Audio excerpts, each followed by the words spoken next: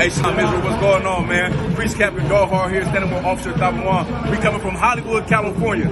Just off the BBC interview, letting everybody know that the I.S.U.P.K is going to take over, man. But check it out, this is what I want you to do, right? Commander YAHANNA just dropped a new YouTube channel. The most controversial man in America, man. Subscribe to his channel, America on Fire, Monday, Wednesday, and Saturday. Shalom.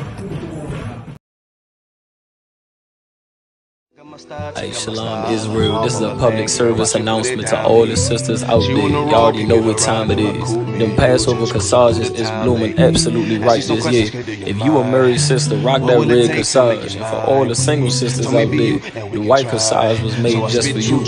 Stop playing. You cannot be Passover ready without rocking one of these. Just $10 to complete that fit for the Lord's 54th annual Passover. Pre-order yours now. Click the link below for more info. For just $10, I got a feeling that this is just the right batch of flowers to have you looking on point and official. Sisters, make it your business to get you one, and we hope to see you there. Shalom Israel. So I spit choo-choo, I taste the whole thing. Taking my style, I'm far from a lane, girl, just let me put it down, baby. She on the road, can't get around in my coupe, me and you, we just cruising through the town lately. Ask me some questions, girl, do you mind? What would it take to make you mine, please? Tell me be you, and we can try. So I spit choo-choo, I taste the whole thing. Taking my style, I'm far from a lane, girl, just let me put it. If I die for my niggas, it'll be an honor and I'm blessed. Better watch how you stepping, cause brotherhood is a weapon. Brotherhood is a weapon. Better watch how you stepping, cause brotherhood is a weapon. If I die for my niggas, it'll be an honor and I'm blessed. Better watch how you stepping, cause brotherhood I lay my life down right now for all my sisters and brothers, because I love them. I see them dapping and hug them. It's amazing to see how well we adapt from the struggle. Born again from a life of sin, trapping together. My mind frame was to kill my own kind.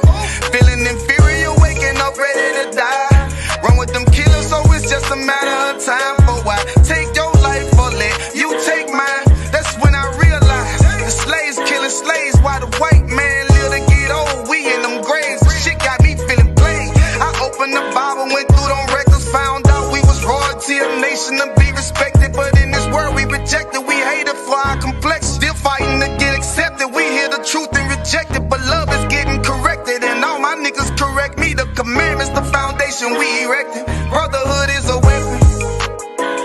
Brotherhood is a weapon. Better watch how you stepping, cause brotherhood is a weapon. If I die for my niggas, it'll be an honor and I'm blessed. Better watch how you stepping, cause brotherhood is a weapon.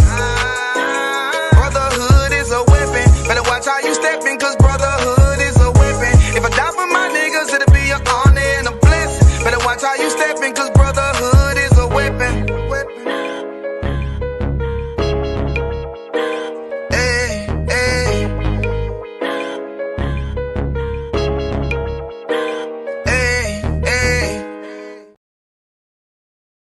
Shalom Israel. And when I mean Israel, I'm talking about the black, Hispanic, and Native Indians. The Lord's 54th annual Passover is going down again this year, sundown, April 1st at 500 South Salisbury Street in Raleigh, North Carolina at the Downtown Conventional Center.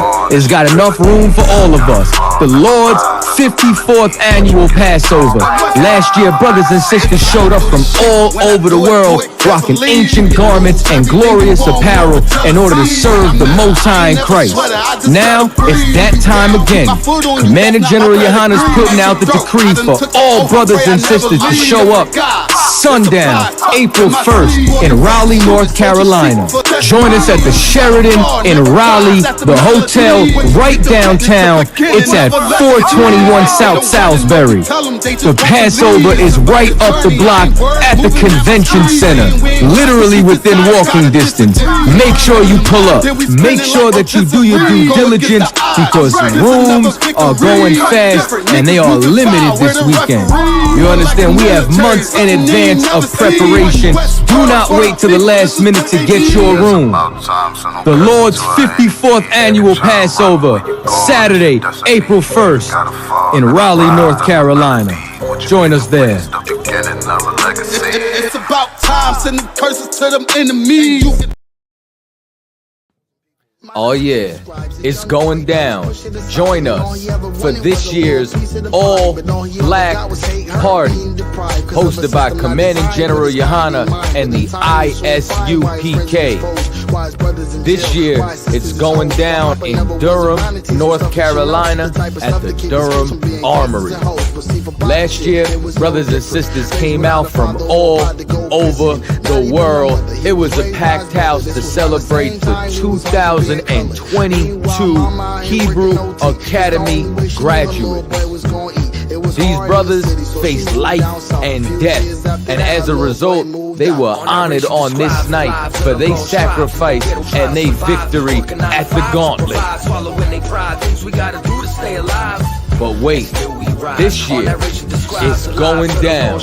There will be a Hebrew concert featuring Captain Akkad, 144 the Rebel, King Ty, Captain Ty Ward, One Westworld,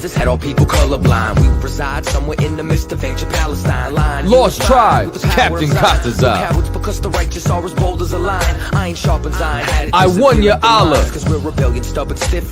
also known as Dope E, and Officer Natazah, UPK Natazah, and much more. It's going to be an open bar. Make sure that you get your tickets. It's going down this year, 2023, the 54th annual Passover and the annual All Black Party, hosted by Commanding General YAHANNA and the I.S.U.P.K. Still blessed and still we rise.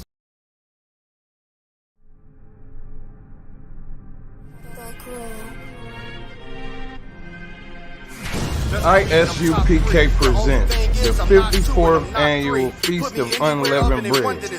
Last year we did it big. This year is going to be way big.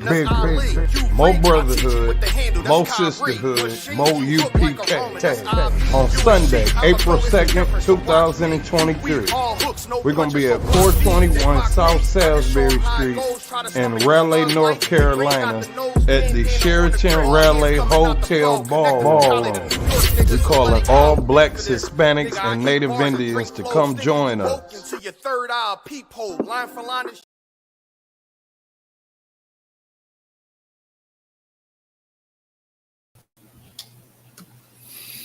All right, let's clap it up.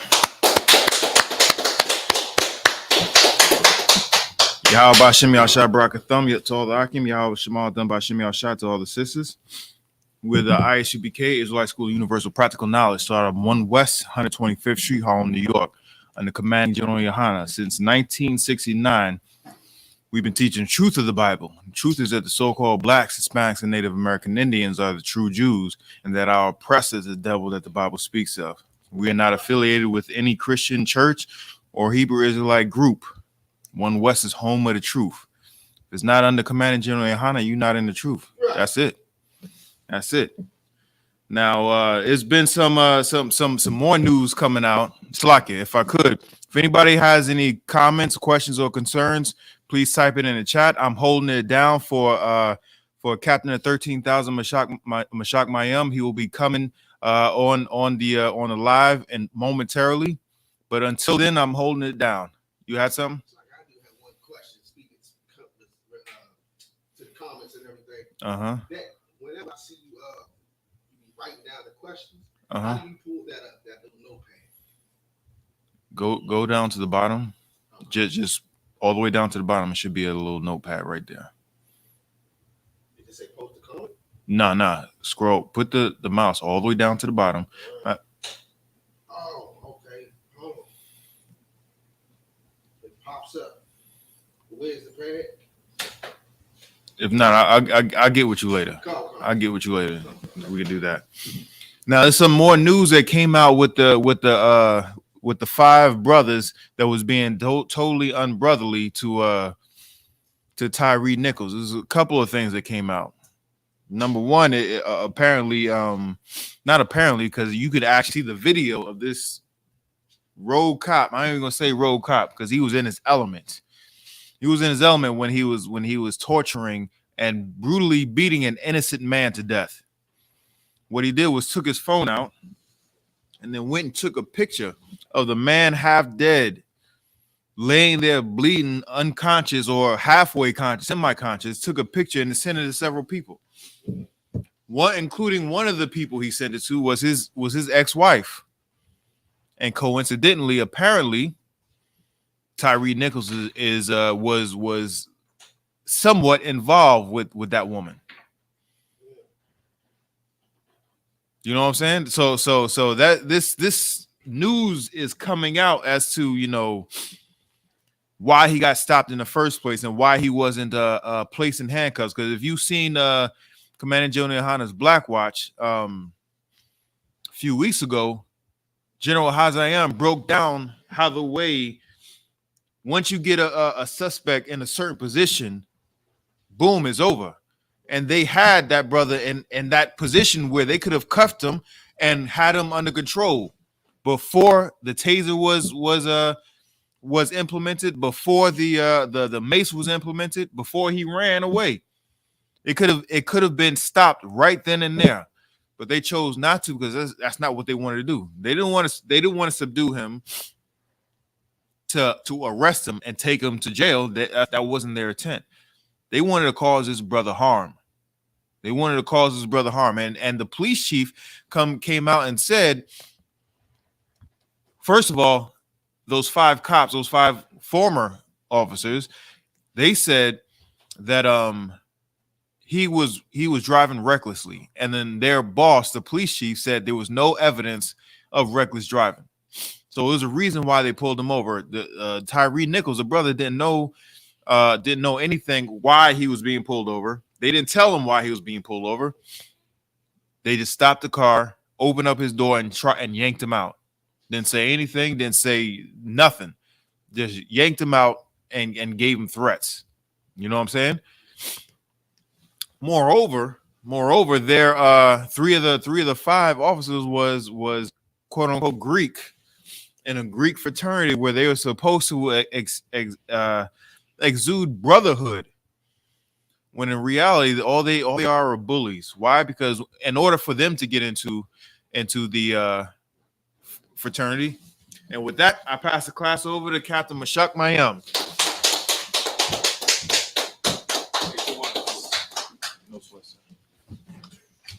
Which one is hooked up? The cordless one, sir. Anybody was checking it?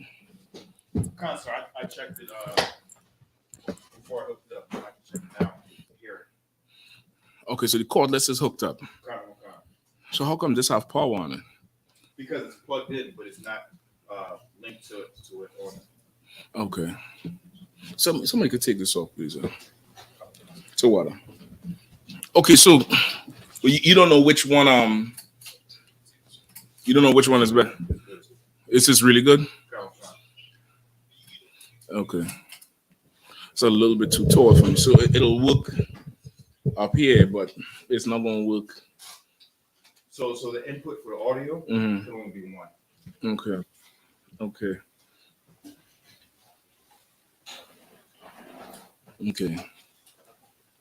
I'll rock with this one for now. This one is, he want to teach you class. So I can. So I can take that number off the show.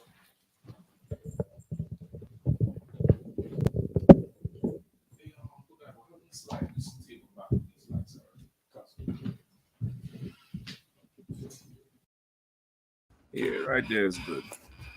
Bring this lights further back a little bit. Yeah, right there is good. Further back some. It's kind of warm in here for y'all? No, it's not. What do you find? I had the fan first. When I first come in, It was kind of warm. Okay, trim the air down. Take it on to 65. It's too warm. You could probably trim it back on. You could probably put it back on Pagaiba. Just trim it back. 1, 2, 3. 1, 2, 3. Yeah, leave it on that. Let it cool off. Let me know when it's too warm, all right? it's too wild. It's too warm? Okay, I'm gonna just leave it for a little while. And I said, what we working with tonight? Some still seem kind of dark though. No. Who's the order? Any questions? Questions. Yabashin Shabrak Thumb. Salakia. Is this one hooked up now? All right. Yabashin Shabrak Thumb. Yashimatan Bashim Yashai. Any questions in the room? Anything needed to go over? I think Sawap had texted me a question that he wanted. Luke, hold on.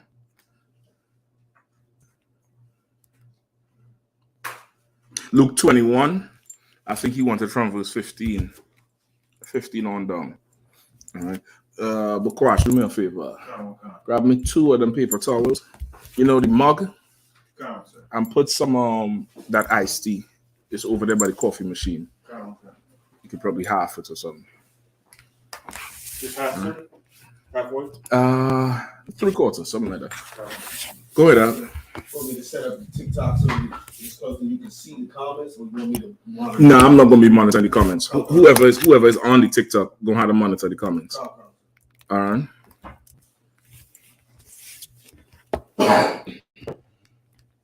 Okay, so any questions? Questions in the room? Online for Guy Boy? So go up. Swap the information. Yeah, go ahead. Going back and forth with a heathen. Mm-hmm.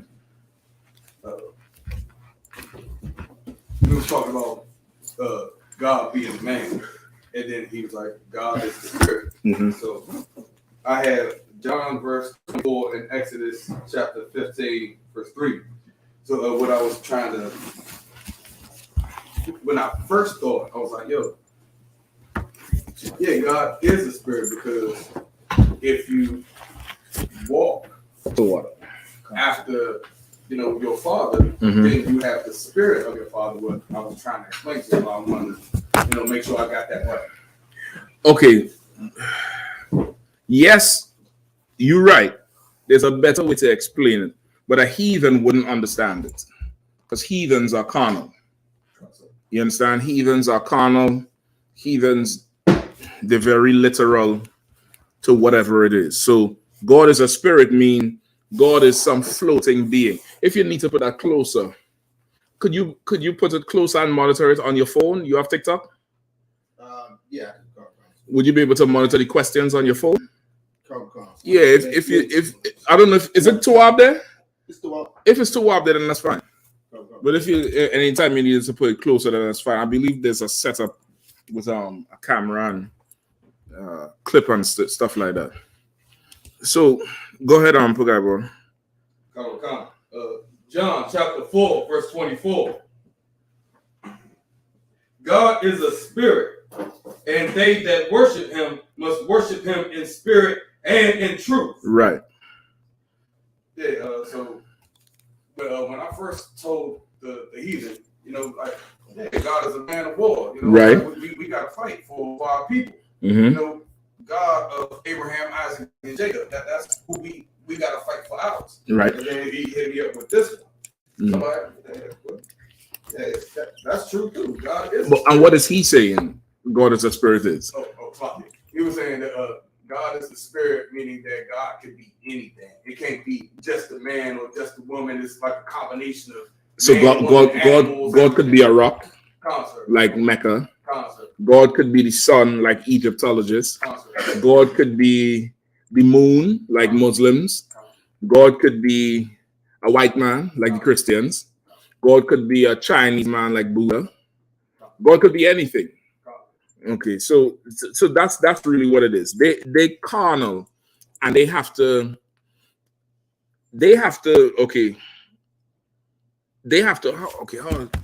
make God make sense to them.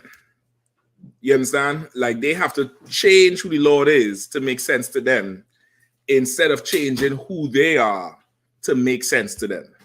You get the point? Like that's who they are. It's just think of a family, and you have children who listen to the Lord, or children who listen to their father, and children who don't listen to their father. And one of them is the father acknowledges that that's my child, and then the other one is like, I don't have no son named John. You get the point? you know, I don't have a daughter named Keisha. And the child wouldn't understand. It don't make sense to the child. So now the child goes looking for a father to make it make sense to the child. You get the point?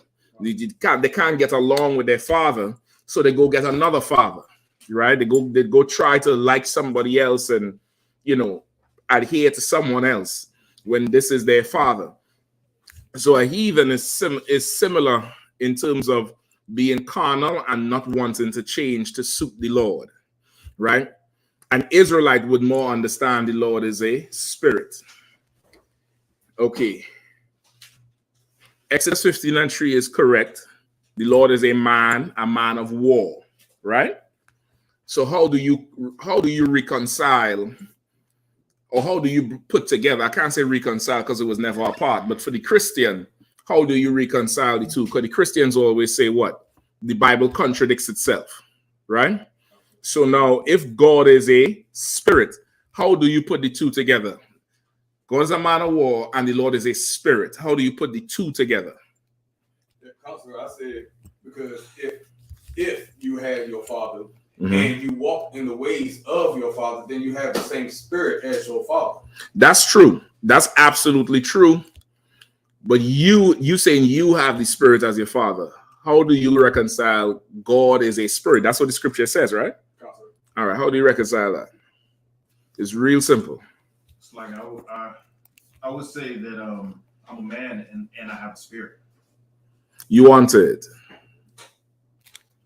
Another thing I said to him, and he walked away from me after I said it. It was like the Most High God of the Bible, the Most High God of Abraham, Isaac, Jacob, or the 12 tribes of Israel.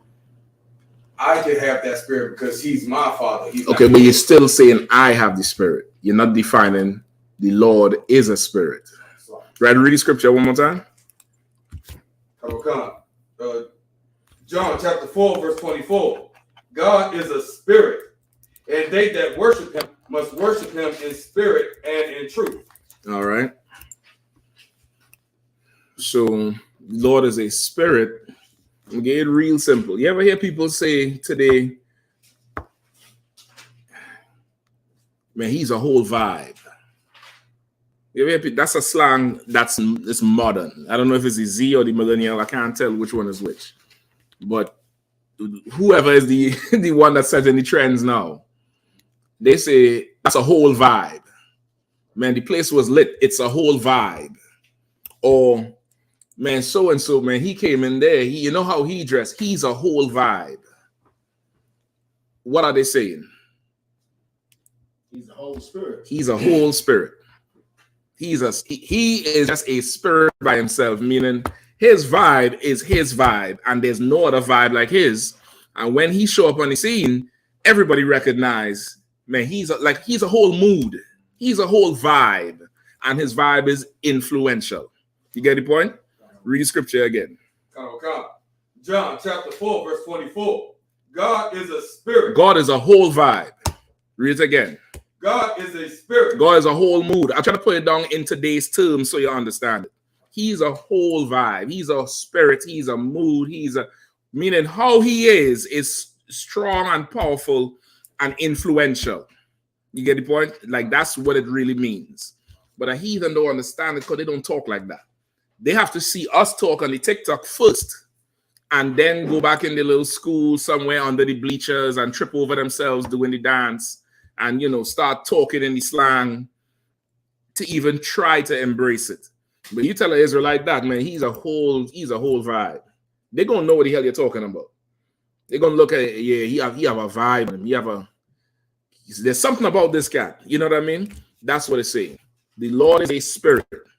The Lord, he is the Lord. And man, how he rolls is different to how everybody rolls. What he likes is different to what everybody likes. How he move is different. How he dress is different. The things he says is different. The Lord is a spirit, man. It's a whole vibe behind that man. You get the point? A heathen cannot understand that. A heathen don't understand vibe. A heathen relationship with their deity, to be politically correct, is, very much Boring. It's a boring thing. Boring as shit. Them Saudis, they're the richest people in the world. You see how they dress? It's a white sheet. It's a white sheet with some little thing around the head. And this supposed to be top. This nigga building islands in the ocean. That's what you dressing? Ain't no vibe in there. Ain't no vibe in there. Let me find oil in my backyard. You see how the hell I roll. I'm gonna tell you straight up and down. You see, just forget about oil. Tax season coming out. Come see me in about 3 weeks. I'll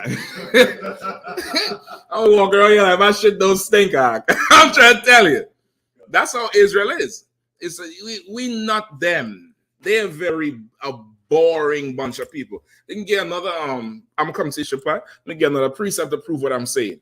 Find me Zipporah in Exodus. The what's called them? Not bridesmaids. What's called them? The midwives. Find me when they told the midwives to kill the firstborn boy, but if it's a girl, keep the girl. Right? Find me that. I think it's Zipporah. I forget the other one's name. Zipporah, I think in Hebrew. Anybody else online have questions? Feel free to type them in. You all know April 1st, Passover. Raleigh, North Carolina. We getting it in. You know what I mean? All week event, Starkville Plantation. Y'all don't want to miss that. Y'all don't want to miss that, brother. I was doing some slight little reading on them Nazi concentration camps, and they keep some of them camps as tourist sites. And Auschwitz supposed to be the biggest concentration camp they had, and they keep that as a tourist site, brother. And to garner, sympathy for the Jewish man. Well, brother, Starkville Plantation is down there in North Carolina, and it's a education for your soul, for your spirit. Starkville Plantation is a vibe. I'm trying to tell you.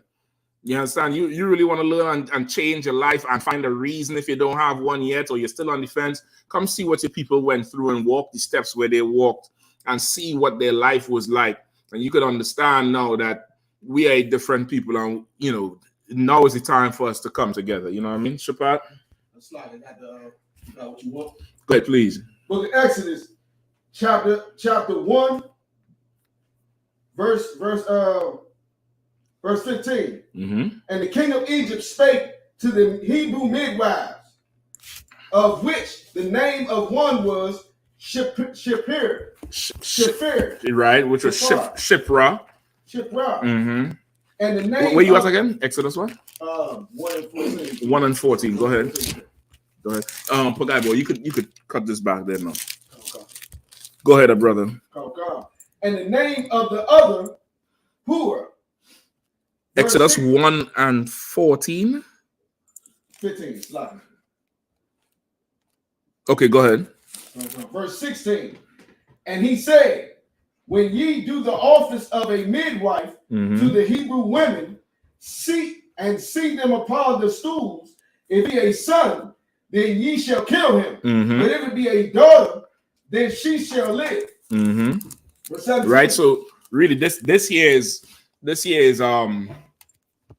your first Planned Parenthood, your first recording historical Planned Parenthood, where Planned Parenthood was not designed to help you plan your parenthood.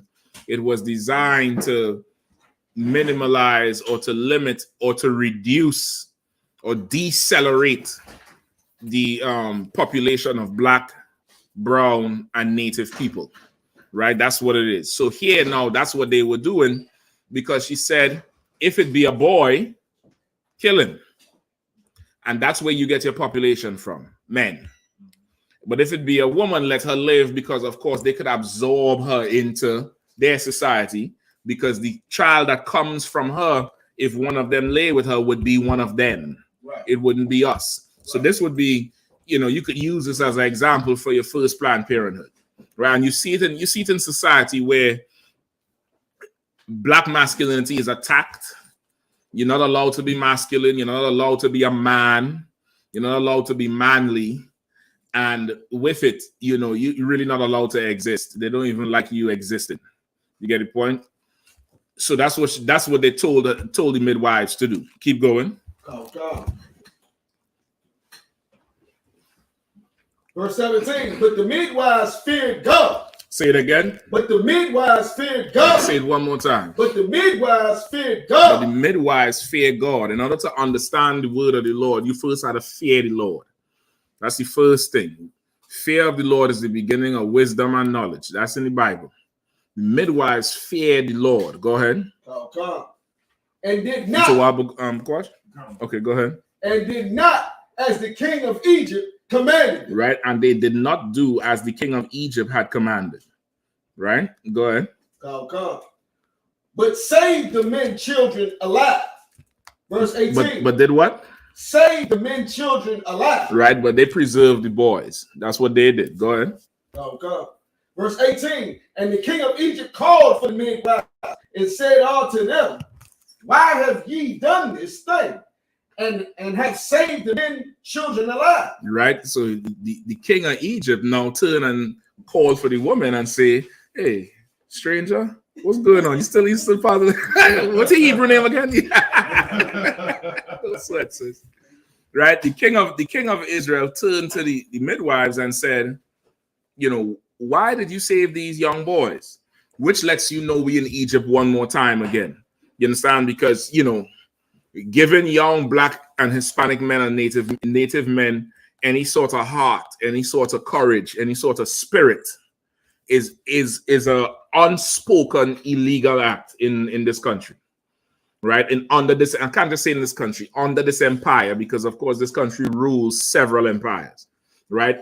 Giving men any type of hope, any type of strength, any type of spirit, you're demonized for it. Go ahead, Shapat. It's like General Howes was saying, when he was a police officer, he wouldn't beat up a brother. They would always ask him, why didn't you beat him? Exactly. Like why won't you know why would you allow him to even live? You know what I mean? For the same reason you allowed, you know, Gotti and what's the other one from Valentine's Day Massacre? Al Capone and Meyer Lansky and them, the same reason why you allow them to live. You get the point? The same reason, because you like yours. You get the point? So they wanted to kill all the men. And by killing all the men, that's how you annihilate a nation. Really, you get rid of them. Over time, there would be none left. Right? Keep going. Oh, God. Verse 19. And the midwives said unto Pharaoh, because the Hebrew women are not as the Egyptian women. Say it again. Because the Hebrew women are not as the Egyptian women. So their reply to the king of Pharaoh was, these Hebrew women is not like the Egyptian women. There's not the same. You might think they're the same because of the skin color, but these Hebrew women, they're not like Egyptian women. Keep going. Oh, God. For they are lively. They are what? Lively. They are what? Lively. They're lively. So they're not boring. They ain't no boring ass broad. These women is lively. Go ahead. Oh, God. And are delivered. Read one more time from the top. But watch, make sure you disconnect the USB and everything and break the wireless piece down, all right? Read it again from the top, nice and slow. Take your time. Oh, God. Verse 19. Mm-hmm. And the midwives said unto Pharaoh, because the Hebrew women are not as the Egyptian women. Right? These Hebrew women, they're not like your heathen women. They're not like any other woman on the earth. Go ahead. For they are lively. For they are lively. Go ahead. And are delivered ere the midwives come in unto them. Right? What does that mean? Delivered before the midwife reach. So in other words, they're giving Pharaoh an excuse. They're saying, well, listen, you know, Pharaoh, we couldn't do it. Really, what they were supposed to do was assassinate the boy. It was supposed to be a covert mission. The midwife is the woman who helping you deliver the baby. So of course, the woman, I think in those times they would do the squatting technique. The woman, she's, you know, squatting and sitting down something, and of course the midwife there coaching her to, you know, push and whatever, and the midwife takes the baby out. Now, of course, the woman, she ain't got no energy after that. That's why it's called what? Labor. After that, she halfway passed out, brother. who is the first person seeing the baby? The midwife. So if she say the baby died, the baby died. You get the point? She's the first one taking the baby crying. All right, good. And she's gonna do what now? Take the baby, go clean it off, cut the thing off. You know what I mean? Cut the umbilical cord, wipe the baby off. Then the other midwives will come help the woman back into the bed, and she comes back with the swaddling baby. So now if she takes the baby away and then comes back and say, stop breathing, and that's it. You get the point? That's that. So now they're saying, listen, these women is lively. They ain't just sitting there. They getting it in. They up and ready to roll. They got spirit in them. They have zeal. They have a job to do, which is to deliver this baby. Pharaoh, listen, by the time I got there, they ain't waiting on me. You know what I mean? These Hebrew women are not like your woman. They're pushing that baby out. That baby has to come. And that's it. So that's another example of it. We are lively people. They think hanging out on a Friday must be an occasion. You ever see these oppressors they pass? Well, are y'all celebrating something? No. Forget about them Hispanic tribes, Zach. 5 o'clock that's it. The party start. You know, Tecate, not Tecate. Tecate is the thing they drink. Yeah, Tecate, Coronas, everybody, and they're just going because it's 5. Work is done. We are a lively people. We not like them. You get the point? Even in schools, you could tell where they have a problem because the child wouldn't sit in his seat. The kids. You know what I mean? There's a whole process of conditioning to get them to just sit there and stay there for 8 hours. That's not how a child normally is. A child is bouncing everywhere. You get the point? Like, we are a lively people. We have spirit. And so it's the same with the power we serve. The power we serve is not a rocking Mecca. The power we serve is not some old Caesar Borgia white boy. You get the point? With, just dead. Just think of how they depict Jesus Christ. Just think how they depict him. Come on to me, children. Come on. Just old dead ass nigga. Just, who the hell wanna, that nigga turn water into wine? No, I can't get with that.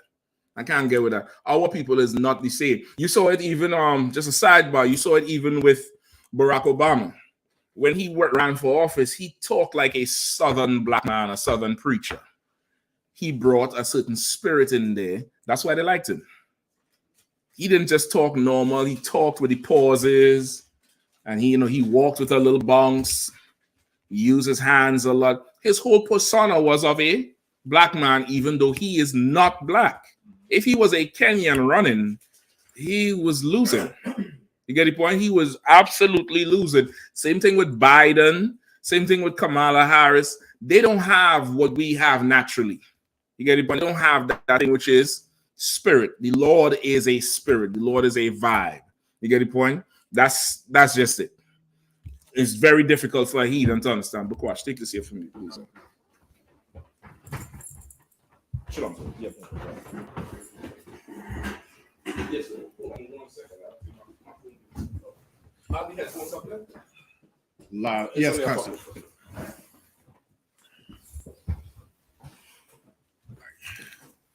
Just like what Cap was saying, the heathens ain't us. They don't understand us. Everything they do to try and gain some sort of popularity or some sort of notoriety, it's all for us. Look at Burna Boy. Why is Burna Boy one of the hottest artists right now?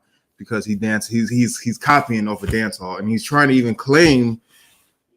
He's even trying to claim dance hall as Afro beats, or they're the father of Afro beats. They're the father of stinking, as Aaron Watcher would say. They're the father of stinking. I've been over there. They stink naturally.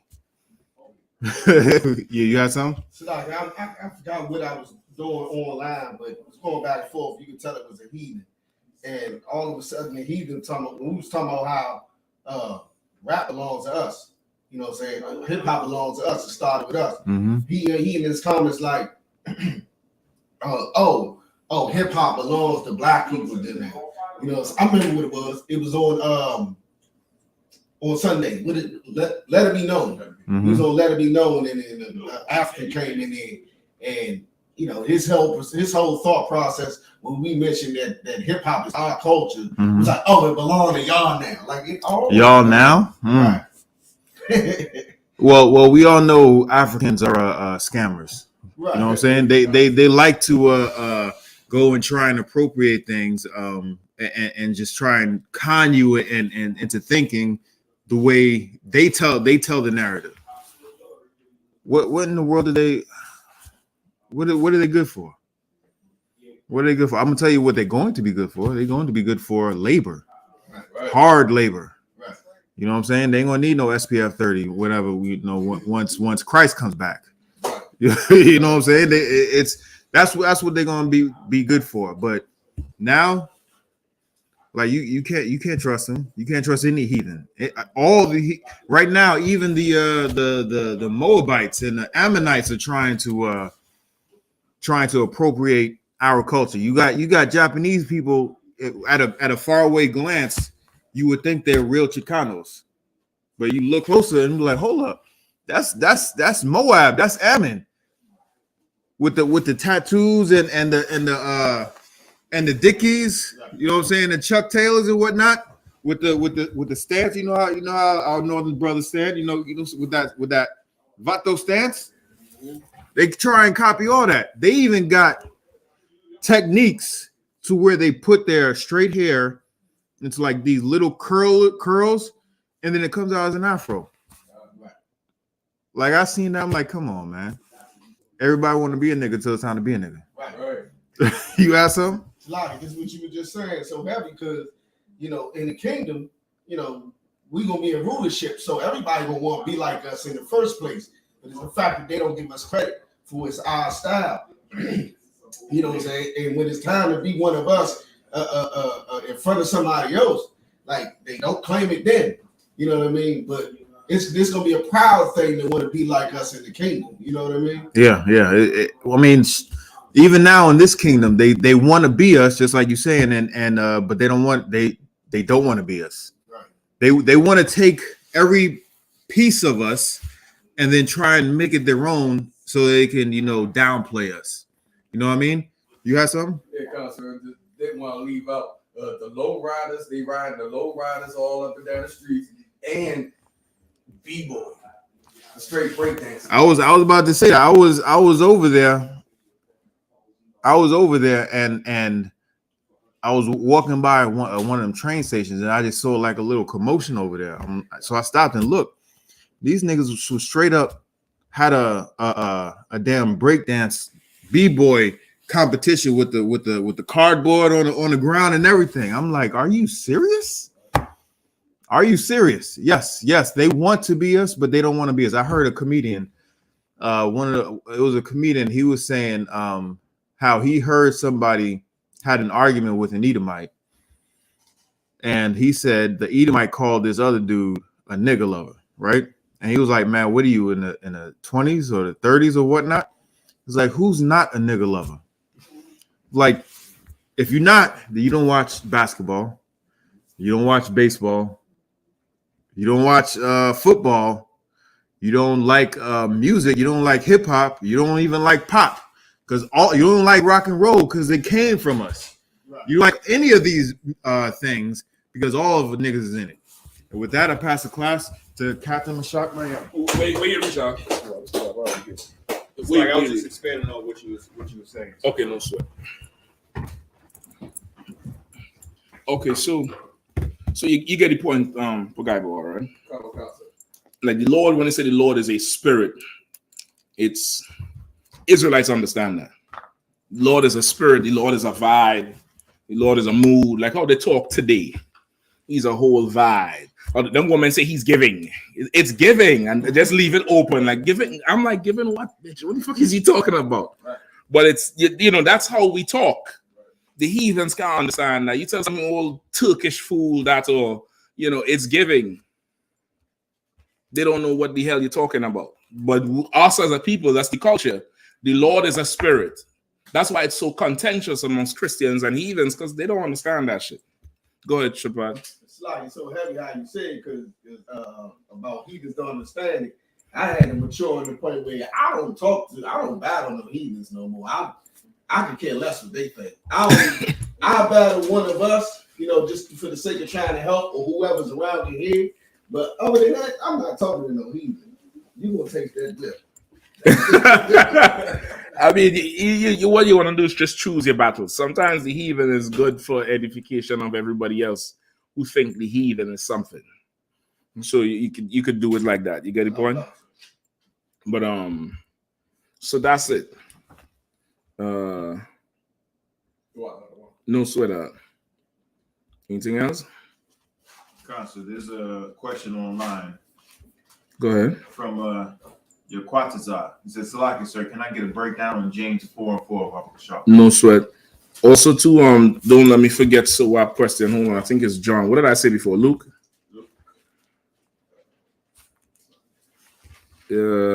John 21, 15 through 19. All right.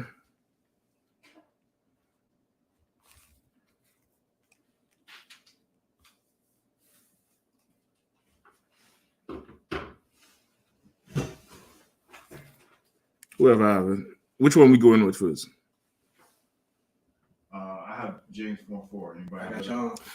Let's get James 4:4 first, and then we'll get John. James chapter 4 verse 4. Ye adulterers and adulteresses, know ye not that the friendship of the world is enmity with God? Whosoever therefore will be a friend of the world is the enemy of God. Okay. And he has a specific question, or he just wants this broken down? He just wants a breakdown, sir. Okay. Go ahead, Shapat. Like, I was talking to the brother this weekend, and he basically worked from John 3:16, so I think he just tried to incorporate. Okay.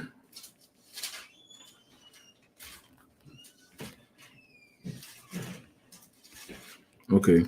Read one more time. James chapter 4 verse 4. Ye adulterers and adulteresses, know ye not that the friendship of the world is enmity with God? Whosoever therefore will be a friend of the world is the enemy of God. Okay. All right. 1 second. Salaki.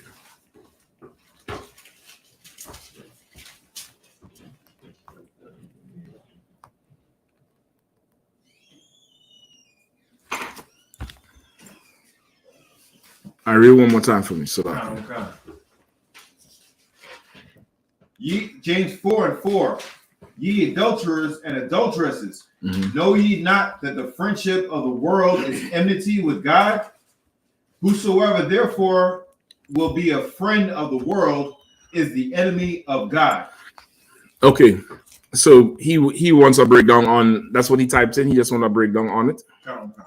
Okay. So, ye adulterers and adulteresses, right? Let's get that broken down first. Why is the Lord calling them adulterers and adulteresses? Go ahead. It's the men and women of Israel that are praising other gods. Perfect. Boy, you come to play, boy. LeBron. You come to play. That's right. All right. So the adultery here would be, your precept for that would be Jeremiah 3, where he says, look around and see who you have lain with, and yet still you come back to me, right? So the Lord is comparing us to an unfaithful woman, right? So he's saying, you adulterers and adulteresses, go ahead. After that, where at John 1? James 4:4. James 4:4. All right, go ahead from there. Know ye not that the friendship of the world is enmity with God? Know ye not that the friendship of the world is enmity with God? So in essence, you're going to befriend the world, which is like what? Doing the wicked things that Adultery and adulteresses. Your woman is friends with another man. Don't you know that's enmity with me? Like, bitch, what the hell you doing? It's like that. It's like that's what the Lord is saying. You understand? It's like, no, your friendship with the world, your liking for the world, your affinity to the world is enmity with the Lord. Because why? You belong to him. You get the point? Like, he's giving you that analogy, right? Go ahead.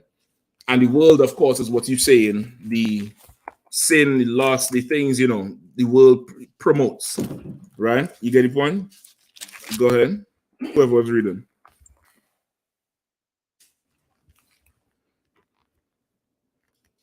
Whoever was reading. Come on, let's go. Whosoever therefore will be a friend of the world is the enemy of God. Mm-hmm. And whosoever now will be a friend of the world would be the enemy of the Lord. Similar to your woman, she's friending with this man. You didn't want that. Now you and her become enemies. You get the point? You understand? That's basically exactly what he's getting at. He's trying to give you an analogy that you could understand. That's why he called you ye adulterers and adulteresses, right?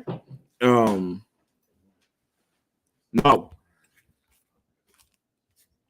the word world here, what is it talking about? The word world here is talking about a specific society, specific age or cosmos or community, or what else? What else is another form of world? Go ahead. I would put that question in the TikTok whenever you ready. It's on the same topic. No, just hold it for me. Right. Age group, contemporaries. You get the point? What's in the air now? Basketball. The world of Wilt Chamberlain is not the same world of LeBron James. They play they damn near play in two different sports. They still have the ball and some rings and a net, but it's damn near the game is different. It's a different game. You get the point? It's a different world from back then to now. Back then, in all sports, a black player at that level was a damn near like a pioneer or a representative for the black community. And if you look at any sport back then, you was at a level, you was really representing everybody black. You played for everybody black. You ran for everybody black. You played tennis for everybody black. You was boxing for everybody black. Now it's for likes. It's for sponsorship deals, some coins. It's a different world. It's a different world, and you can't understand it. So now, which world are we really talking about here that the Lord said, friendship with that world is enmity with him? Is it the world of LeBron James? Is it the world of Wilt Chamberlain? Is it the sea world? Is it the sports world? Is it, the movie world? Is it, I don't know, Disney World? You got to find out which world the Lord is talking about. It might be easier to find out which world he is not talking about. There's a world he wants you to like. There's a world he wants you to be friends with. And let's find out which world is that. Give me Isaiah 45 and what, 17 or 7? 17? Give me that one real quick.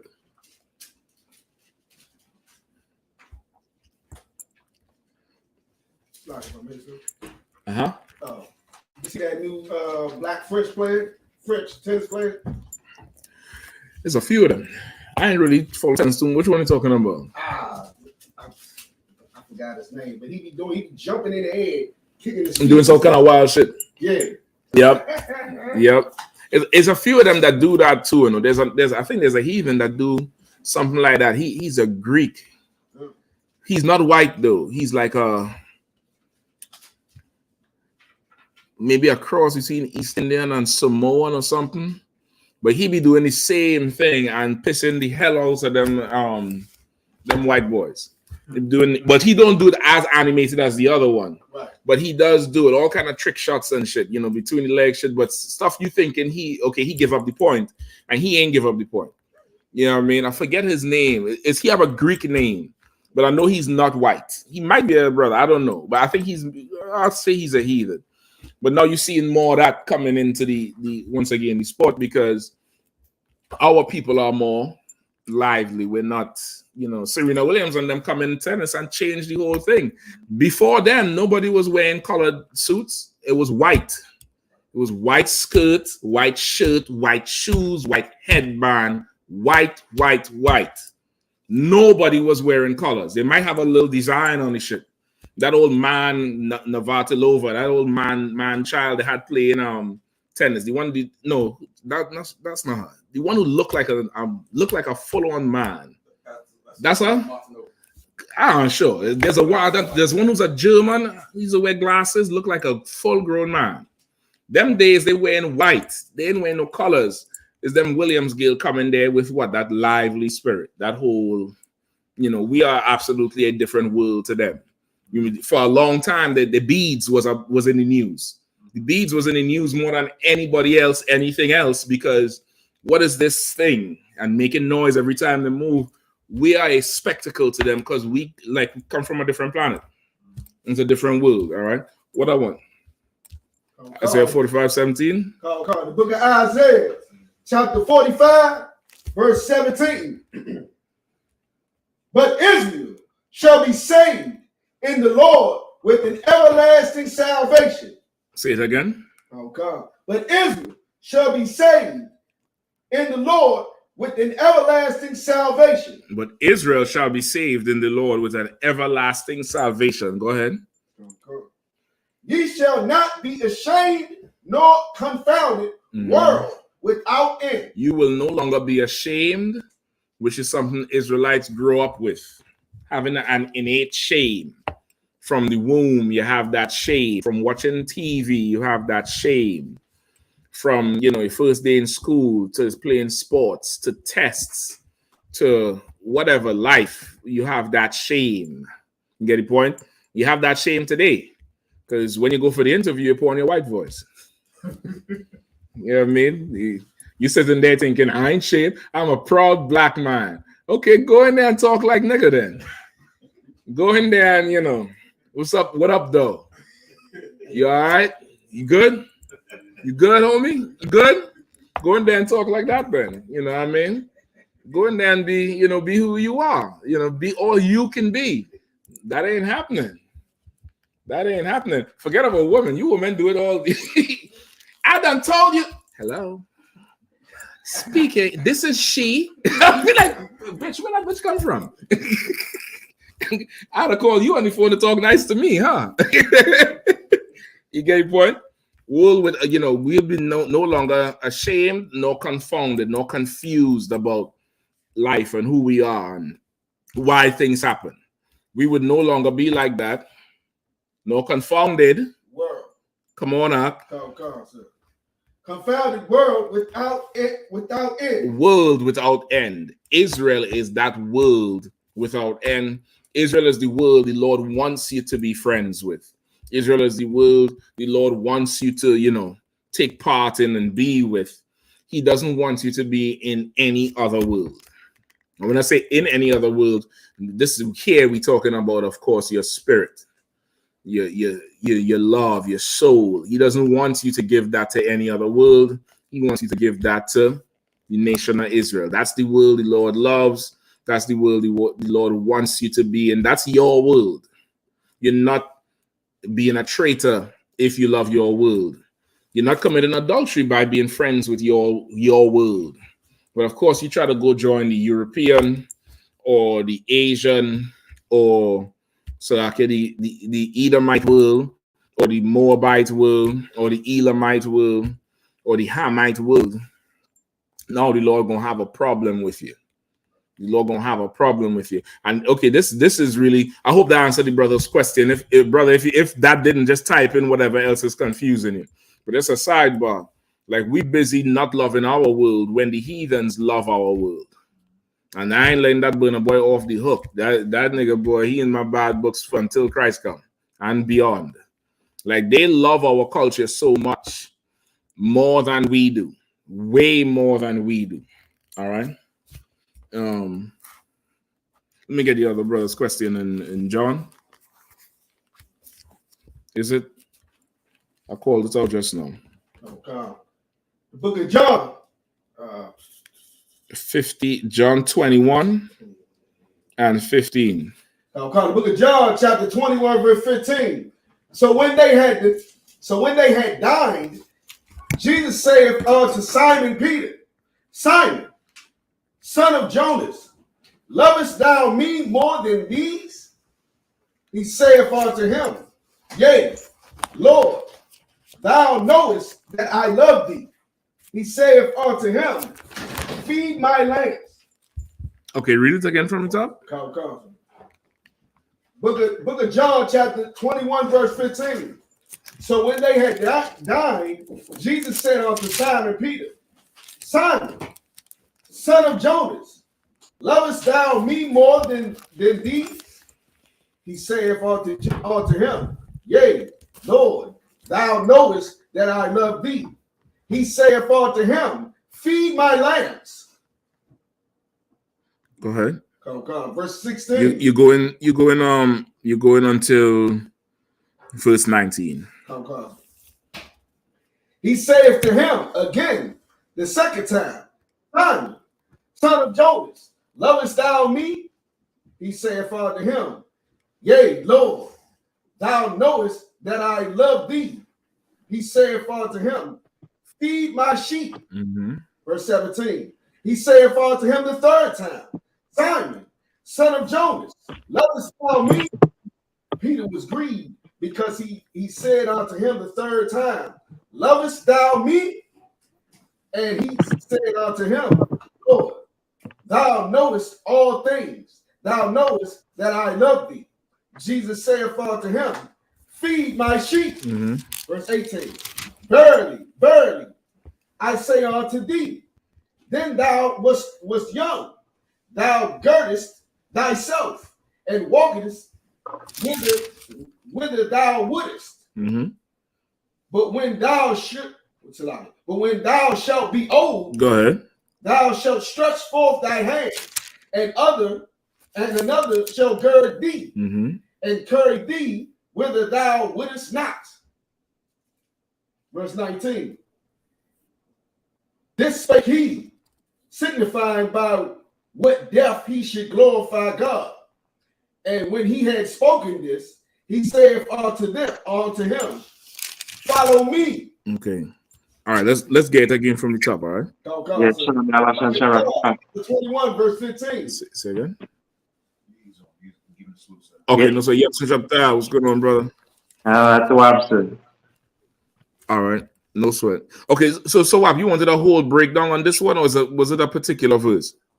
Well, basically is like, like how, he reminding Peter now, it's like, hey, yeah, what's going on?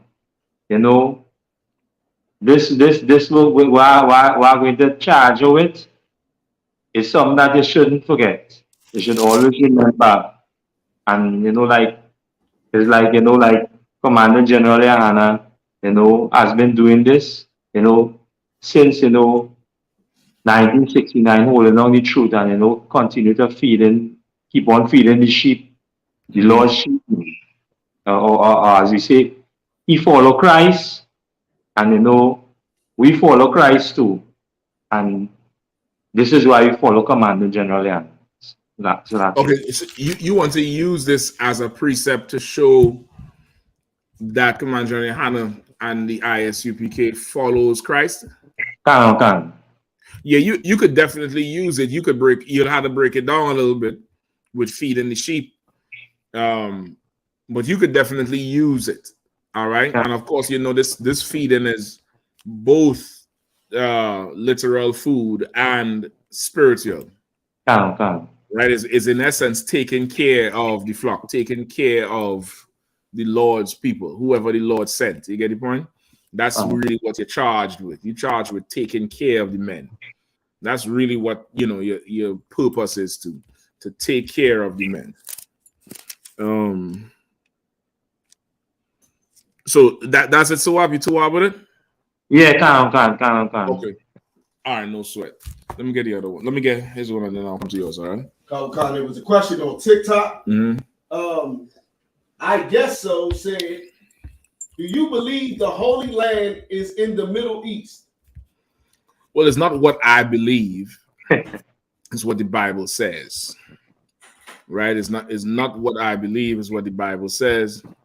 I'm assuming you mean Holy Land referring to Jerusalem. That's what I'm when I speak. If I say the Holy Land, that's what I would be talking about. Jerusalem, the land of Israel, really Garden of Eden, and everything within those borders. According to the Bible, that area was reserved for God's people. But of course, we sinned first through Adam and got kicked out, and been trying to work our way back ever since. Ever since, we've been trying to work our way back to that place. So, of course, when you say the Middle East, don't think where Israel is right now.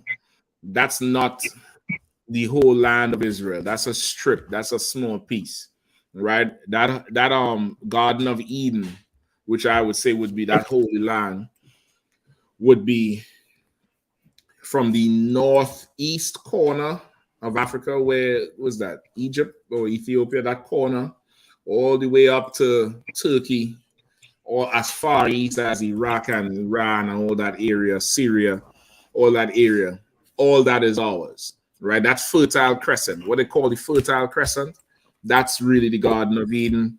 The rivers are in Genesis, right? The Gihon, the Python, Euphrates, the Nile. Can't remember. I think the Nile is in, right?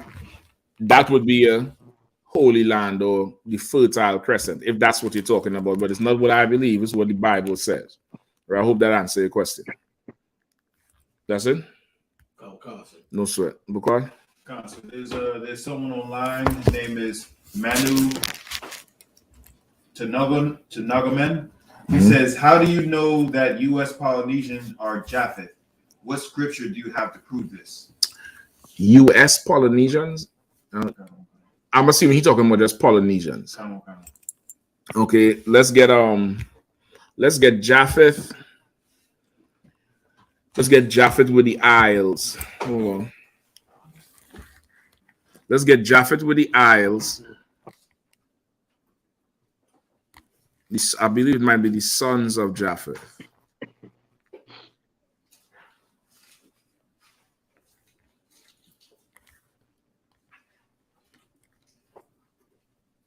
All right. Any more? That's it, sir. Online.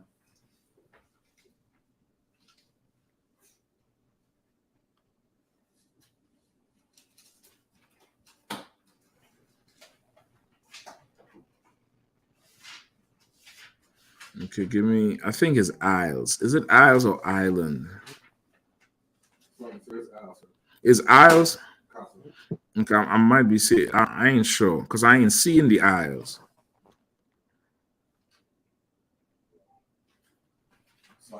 Go ahead. If you have it, go ahead. Zondervan Compact Bible Dictionary. Japheth, son of Noah. Genesis 5:32. We'll take that. Also, give me hold that way at. Give me Genesis 5:32. And also, no, hold that where you are, Pagaibo. Somebody else could grab it. Genesis 5:32. And also give me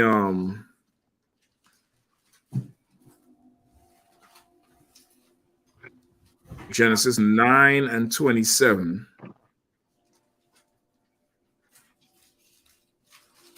Let me see 9:27. Go ahead. Genesis 10 and 1. I might get there. Read 9:30. What's this? 9:35 first? 5:32. 5:32. Salakia. Read that one first. Whoever. Go ahead, Al. Genesis chapter 5, verse 32. And Noah was 500 years old, and Noah begot Shem, Ham, and Japheth.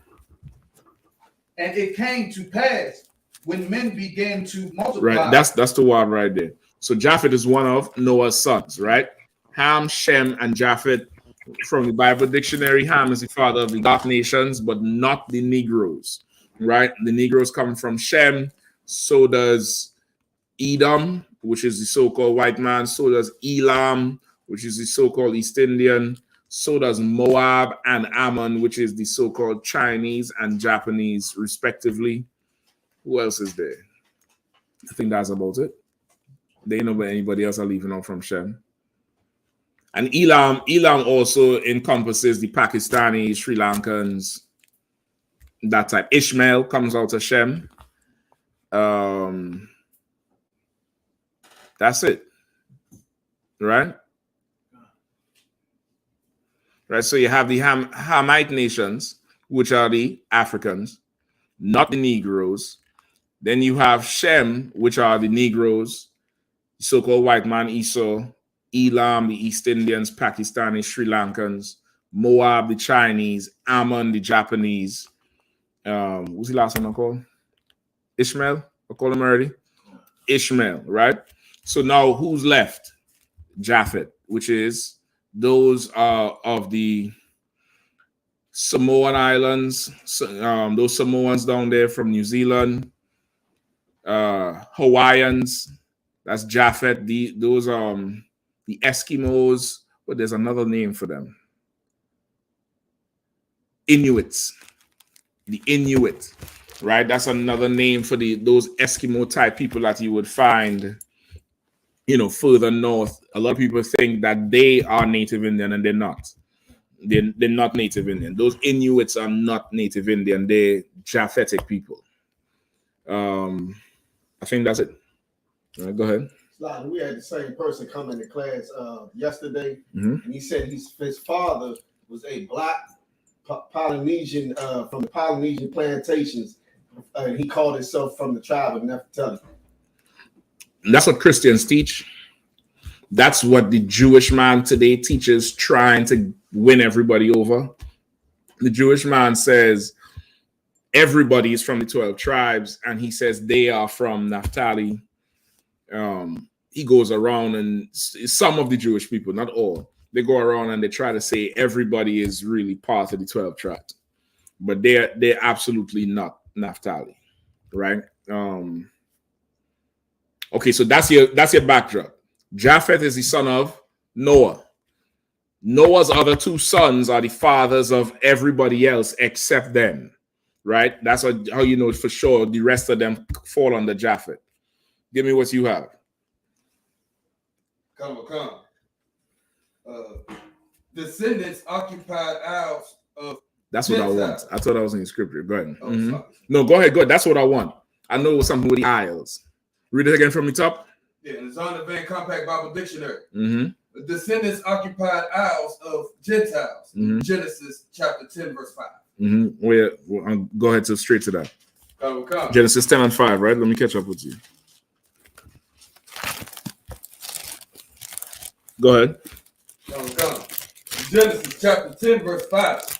By these were the isles of the Gentiles, divided in their lands, everyone after his tongue, after their families, in their nations. All right. The isles of the Gentiles was divided amongst all three of them. Japhet was the original inhabitants of Europe, right? Those were the people who were driven out of that Russian area. That's who was there first, right? Those Aborigines are Japhet. They were the original inhabitants of Europe. They were driven out of there first into the isles. They were driven out of there from the so-called, Edomite nations that came, coming out of the caves and developing societies and cultures and communities, and started driving everybody out, coming from the north.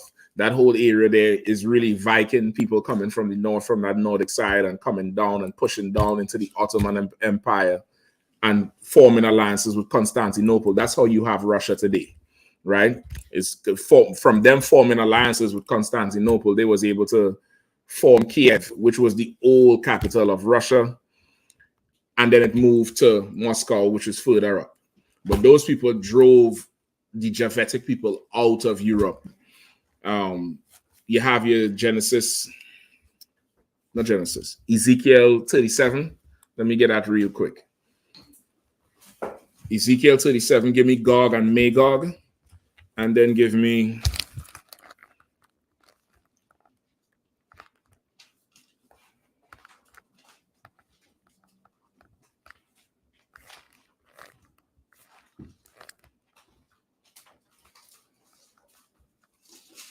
whoever have it, read it, all right?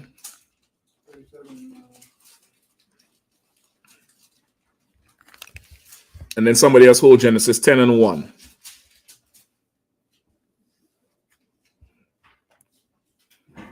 Who have Ezekiel 37? You have it? Stop in verse 1. Give me Gog and you could go straight to Gog and Magog.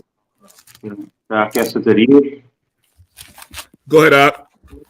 The book of Ezekiel, chapter 38 and verse 1. Salaki, I gave you 37. Salaki about that. That's my fault. Go ahead, Art.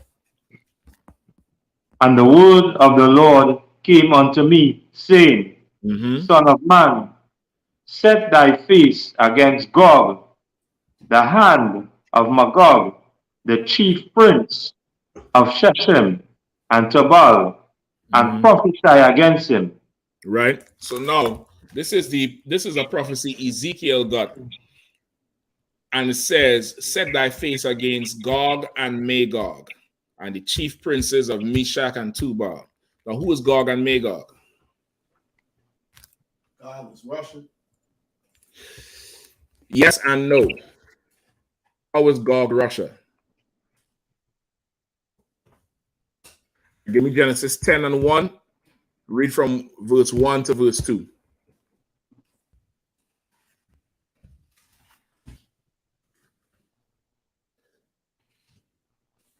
Quickly. Book of Genesis chapter 10 verse 1. Now these are the generations of the sons of Noah, Shem, Ham, and Japheth. Go ahead. And unto them were sons born after the flood. Go ahead. Verse 2. The sons of Japheth, Gomer, and Magog, and Madai. So then is Putin a Russian or is he Japhet? Yeah. So Putin is Japhet. Yikes. Fall all over the sword. He got Japhet. He the right. Yeah, but you just said Japhet. I don't know. So when Ezekiel says, set thy face against Magog and Gog is sons of Japhet. Oh, God. So what are we talking about? Come on. So I mean that's where the land is. I mean that's where they inhabited at that time. It was in Russia at that time until That's it. Gog and Magog are the sons of Japhet. They were in that land. What was our land called when the Lord gave it to us? We came out of Egypt. The Lord told us to go and get a land and kill everybody in there and push them out. What was that land called? Land of milk and honey. No. Canaan, right? Yes. Canaan. The land of Canaan. Oh, God. Does that mean we Hamites? Those were the people living there. You understand? Just like Israel, it's called Israel. Why? Those are the people living there. You get it? Long before land, it's really the people. Magog, Gog, Gomer, they were all sons of Japheth that inhabited that part of the land. They were pushed out. So now you have the land that's Gog land and Magog land, but they not living there anymore. Putin is there now. The Ruskies is there now. The Kiev and Rus, the Vladimir and them and the Vikings and Odin's sons come down and take over that whole land. And this prophecy is against them. You get the point? Go ahead. It's similar to saying like, how we had blacks are American Israelites, but we're not in Israel right now. The Edomites or Amalek is in Israel and our land right now. Exactly. They're in our land right now. And the prophecy is not talking about them. It's talking about us. You get the point? So this prophecy here is not talking about the sons of Japheth. This is talking about Russia. Gog and Magog. Gog is the big Russia, the USSR or Russia. Let's say Russia today. Magog is all them little territories around Russia, all them stands, Uzbekistan and Kazakhstan and this stand and that stand and all the who else is there? Who else break up from them? Slovenia, Ukraine, Czech Republic, all them pieces that's around Russia. That's Magog. That's who Putin trying to pull in now. You get the point? Go ahead. Now, there's parts of Asia, right? No. Not Asia, but it extends far over. Asia today is the end of that, where Asia really starts, for the world definition, starts with the East Indians and then going east to the Mongolian Empire or China and Hong Kong and them. But Asia, they would start it from the East Indians. But the Russian Empire extended far back, and they have been trading with the Asians from way back when, 1000 AD, 1400 AD, right? But that's, you could use this again is, once again, you gonna have to link it up and understand the historical relevance of it. Gog and Magog today, the prophecies against Russia, it's still called Gog and Magog because that was the land of Japhet, who was pushed out into the Isles, right? It was pushed out into the Isles, and now Japhet today are your Aborigine people, your Hawaiians, your Polynesian people, your Samoans, right? That's who Japhet is. Good. I hope that answers question. If you need any more on that, can I give it? There's some smoke if you would like. He thinks smoke. It ain't smoke. Right. Okay, let's go. Any more questions, though? Any other questions? All right, let's go. There's someone online, Dominique. He has a few of them, but he begins with, "Hello, brothers. Hope all is well. Why do you read scriptures with your head covered?" And then he dropped 1 Corinthians 11:4. Every man praying or prophesying, having his head covered, dishonors his head. Mm-hmm. These brothers dishonor their own head. Why would I listen to them? Is he saying their own head like I'm dishonoring me? No, you dishonoring your head. But he said they dishonor their own head. So is he saying I'm dishonoring myself? He just unlearned, brother. He's just an unlearned brother. That's all. Whatever his name is, if you would see, there's a hole cut into the crown of this headpiece. Other brothers have similar headpieces where they have the warband or the mitri, the tire that wraps around your head and leaves the crown of your head exposed. And therefore, I'm not dishonoring our head, which is Yahushua. Get the point? That's just simple. We are not praying or prophesying with our heads covered. It looks covered to the unlearned or to the spiritually slow. But to those who know, who's been around UPK enough will know there's an opening in the crown of my head, brother. So my head is not covered. You understand? If rain falls and I'm outside, guess what's getting wet? My head. All right. I hope you understand that. All right, that's it. Yeah, Bukwash, he writing a novel on there. Bukwash is like, what's going on? You said he's unlearned. He said, yes, I am. He said, brother, I quoted scripture. I can't see the head is covered. I know you can't see it. I understand you can't see it. I understand that. And I know you can't see it just by you quoting scripture. Like you're trying to come to try to teach me something. If you really wanted to learn something, you would have asked, your head on, how does the scripture work with your head? I already see your whole spirit with it, but you might could learn something. All right. I understand you quote the scripture. This is a priestly covering. This is a priestly, not covering, but a headpiece. A priest must have a headpiece, right? That's in the Bible. You must have a headpiece. You're doing the work of the Lord.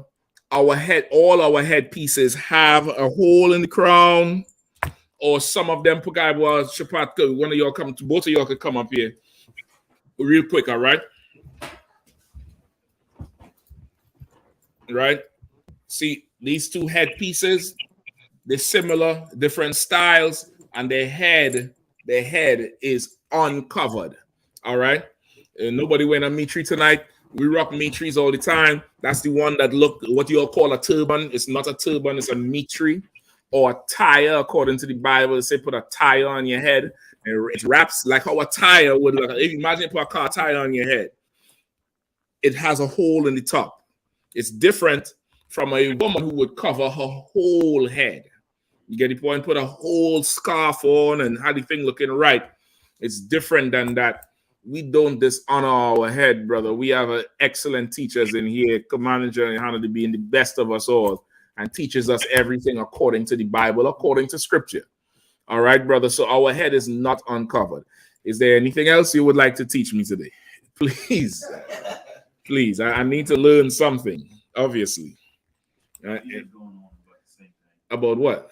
About the head being covered? But I just showed him my head is uncovered. Can you comb your hair?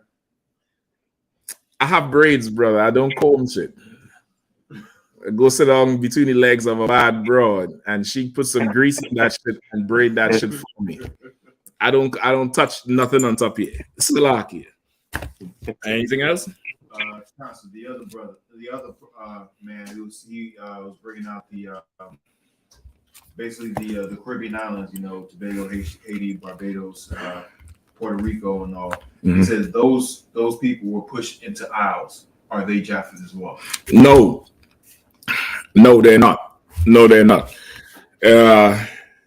Genesis 49.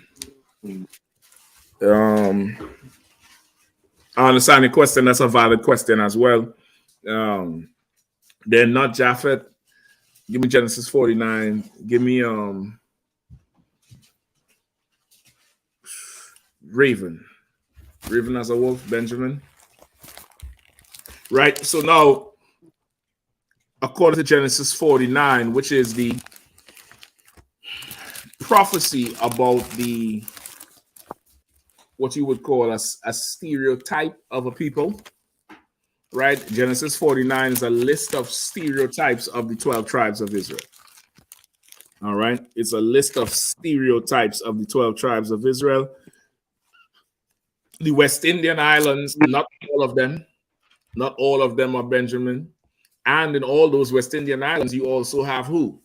The so-called Taino Indian. The so-called Taino people, aka the Carib, the Arawak, those names that, in history they're known by, but they're the 12 tribes of Israel. Right? So now when you look at where those people dwell, according to the prophecy, it's not a dwelling situation, but more so the characteristics of those people. All right, what do I want? Genesis 49 and what? 27. All right, let me get it. Genesis chapter 49, 20 and verse 27. Mm-hmm. Benjamin shall raven as a wolf, a wolf. In the morning he shall devour the prey, and at night he shall divide the spoil. All right, what does that mean? Who can break it down? Benjamin shall raven as a wolf. In the morning, what say again? He shall devour the prey. In the morning, he gonna devour the prey, and at night, he shall divide the spoil.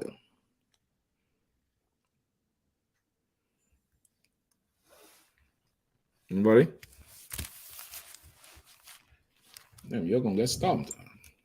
Chapat? Go ahead, break it down.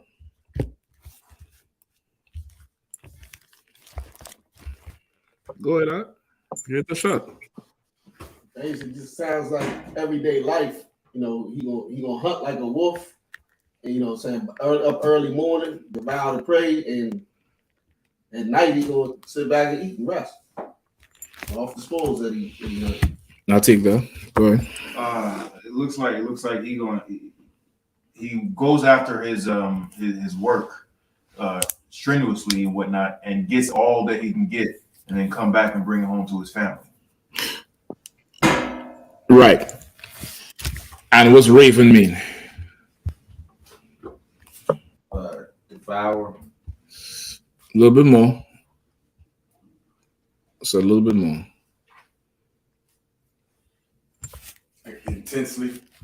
Give me the definition. Let's look it up.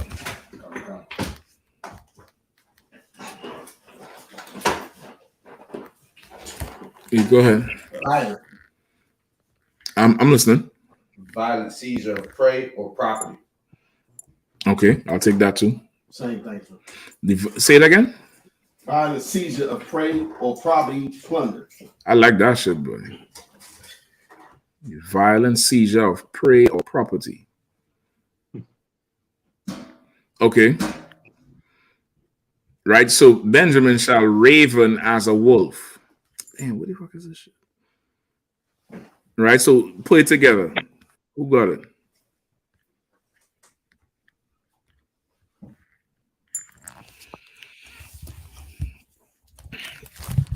Okay, this here is directly, come on. The work ethic, the way a Benjamin would work is almost like he has an obsession with working. And if he ain't working, something's wrong. That's the extent to which it goes. Come on. I'm trying to jump tribes now. Because I don't know. When Christ come back, he's gonna set everything straight. The Kamaya came in here, Judite, now he Levi. You know what I mean? It shit happens. You go to a family reunion and somebody talking something, is like, hold on. You know what I mean? It shit happens. Right? So it's talking about the work ethic of a Benjamite, which is known, is characterized, you know, by Benjamin. The way Benjamin would work and approach everything and have 10 different jobs, work a 9 to 5 and a 5 to 9, and not be tired at 10 p.m. And thinking about starting a business right after. That's just Benjamin. And what the part about dividing the spoil. Whatever he's going to get, he's going to bring it back to his family. He's going to take care of his family. Benjamin is highly family oriented. It's highly family oriented. People in the islands who have people in, you know, so-called first world countries, America, England, Netherlands, somewhere, you have some family members there. Benjamin is known for shipping barrels of goods back to their people because they divide and they spoil. They're working for a certain amount in these first world countries where the exchange rate makes paying bills back in their homeland way easier than working in the homeland. And they send barrels back, food stuff, clothes, money, and it's just part of Benjamin culture that is very strong. Yeah, put those two together, because I know the next question you're gonna say, a lot of people send stuff back. A lot of people don't do what Benjamin do. It's different, right? Go ahead. How you saying that these are stereotypes? And when he was asking the question, I wasn't thinking about how the stereotype joke about like Jamaicans especially. They got 7, 8, 9 jobs. Jamaicans, because that's Jamaicans, especially because that's all you know due to media. The media exposure was heavily Black culture in America really damn near the popular Black culture and what's known as truths comes really out of New York. This is no disrespect to any other zone, the South, the West, wherever, but Black culture that's, you know, the world sees is really that thing that comes out of New York. So, go ahead. Sorry, that took me back to In Living Color. Hey, Mom. Yeah, it's exactly, and you know that's what people see. So even till today, you hear somebody with a Caribbean accent, you Jamaican. Some people think the whole Caribbean is Jamaica, when it's not. So don't just say Jamaicans are known for it. Just a little sidebar. It's offensive to other Caribbean people. It's almost like you're a Yankee, and you're not from New York. Just imagine everybody calls you a Yankee. You probably don't know what I'm talking about, but it's like that. Imagine you could come from the West Coast. You Yankees. You get the point? it's very offensive to somebody from Grenada, from Saint Lucia, who is a Benjamite, who has 1,000 jobs and send stuff home, but yet still, oh yeah, you Jamaican. No, nigga. I have a whole other island. I have a whole other people. It could become very offensive. Being in the truth, you want to get used to these things. It's similar to calling everybody who speaks Spanish a Mexican. It's similar to that. You get the point? It's similar to that. You are brother in here, you coming in here, try to learn your people before you offend people. All right. So go ahead with your point, Salaki. No, that was it. You were saying these are stereotypes. Mm-hmm. And you know, when you asked that question, I wasn't thinking about it because of the Benjamites. Mm-hmm. With that's particular stereotype. Yep. Bring it home right then and there. That's really what Genesis 49 is. So to the question the guy asking, I'm assuming he's a heathen. He's the one asking about the Polynesian thing. Right? I'm assuming he's a heathen. That's for the people in the West Indian Islands who are the tribe of Benjamin. Those are the characteristics. Then you have also Taino Indians in the islands. You have Puerto Ricans who are also Taino. You have Manessa, who are the Cubans. Who else? I said Levi, who are the Haitians. You have Simeon, Dominicans. There are a lot of people in the islands. There's different prophecies that concern those people. All right. Now, of course, you say you are heathen. You probably might want to go check and see for sure. Because you say his father is a black man? Yeah, he said his father was a black Polynesian from the Polynesian plantation. Okay, I don't know nothing about no Polynesian plantation, but I would just check. I can't say yeah, Israelite though. Since he was saying that he's Naphtali, he asked, can you break down the Naphtali? Okay, Naphtali. Okay, no sweat. Let's get Naphtali. Genesis 49 and 21. Hold on. Before I break down Naphtali, what's his name? Manu Tanagaman. Okay, Manu Tanagaman. Before I break down Naphtali, go to ISUPK.com and pay some tithes. Right. All right, go pay 10% of your last paycheck. Go pay it now. Go pay it right now, and then come on back, and I'll break down Naphtali for you. All right. You don't got to be an Israelite to pay tithes, though. All right, you definitely don't got to. You're gonna pay tithes to the king of the king of Israel and the most high power of the earth. Whether you're 12 tribes, whether you're Naphtali or you're lonely, whichever Lee are you. You could be Bruce Lee. You're gonna pay tithes. All right. Right. Go pay that tithes and then come on back. You ain't gonna have me talking here for free. Fuck you think it's a freestyle? Yesterday's price is not today's price. I ain't no. Hell no. Go ahead. The brother your Quatazar has another I'll take it. Come on. He says, Slaki, sir, can I get a breakdown on John 17 and 9 about the show?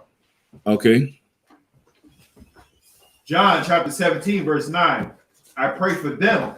I pray not for the world, but for them which thou hast given me, for they are thine. Okay, this is good. You could pair this. This is not. I don't believe this is on your test breakdown for the John 3:16, but you could put it. You could add it. John 17 and 9. There's another cold one too. I think that might be it. John 17 and 9. I think there's another cold one, but that's a good one too. All right, read this again. Okay. John chapter 17, verse 9. I pray for them. I pray not for the world, but for them which thou hast given me, for they are thine. Right? This is Christ speaking. This is written in red. This is Christ saying, I pray for them. I don't pray for the world. Once again, for God so loved the world. Right? Christ is even saying, of that world, he's praying for the ones who the Lord gave him. You get the point? Once again, this is more proof that Christ ain't come for everybody. He ain't come for everybody. I don't pray for the world. I pray for them who you gave to me. He's talking about his men, his disciples, the men who work with him, work under him, his brothers. He prayed for them because they are mine and they are thine. That's what he's saying. Hold on. for they are thine, right? They are yours, meaning these are the Lord's men.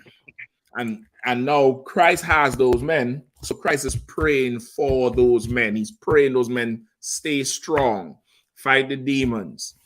Don't grow weak. Have endurance, because this is a marathon. This is not a sprint. This is a long race. This is this is for the long haul. So Christ is saying, I pray for them. I don't pray for the world. Just to keep it simple with some Christian, how is for God so love the world? But Christ saying, I don't pray for the world. Only answer is it could be two different worlds.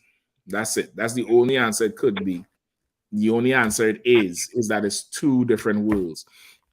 The world that for God so loved the world is different from I pray not for the world. It's two different worlds, right?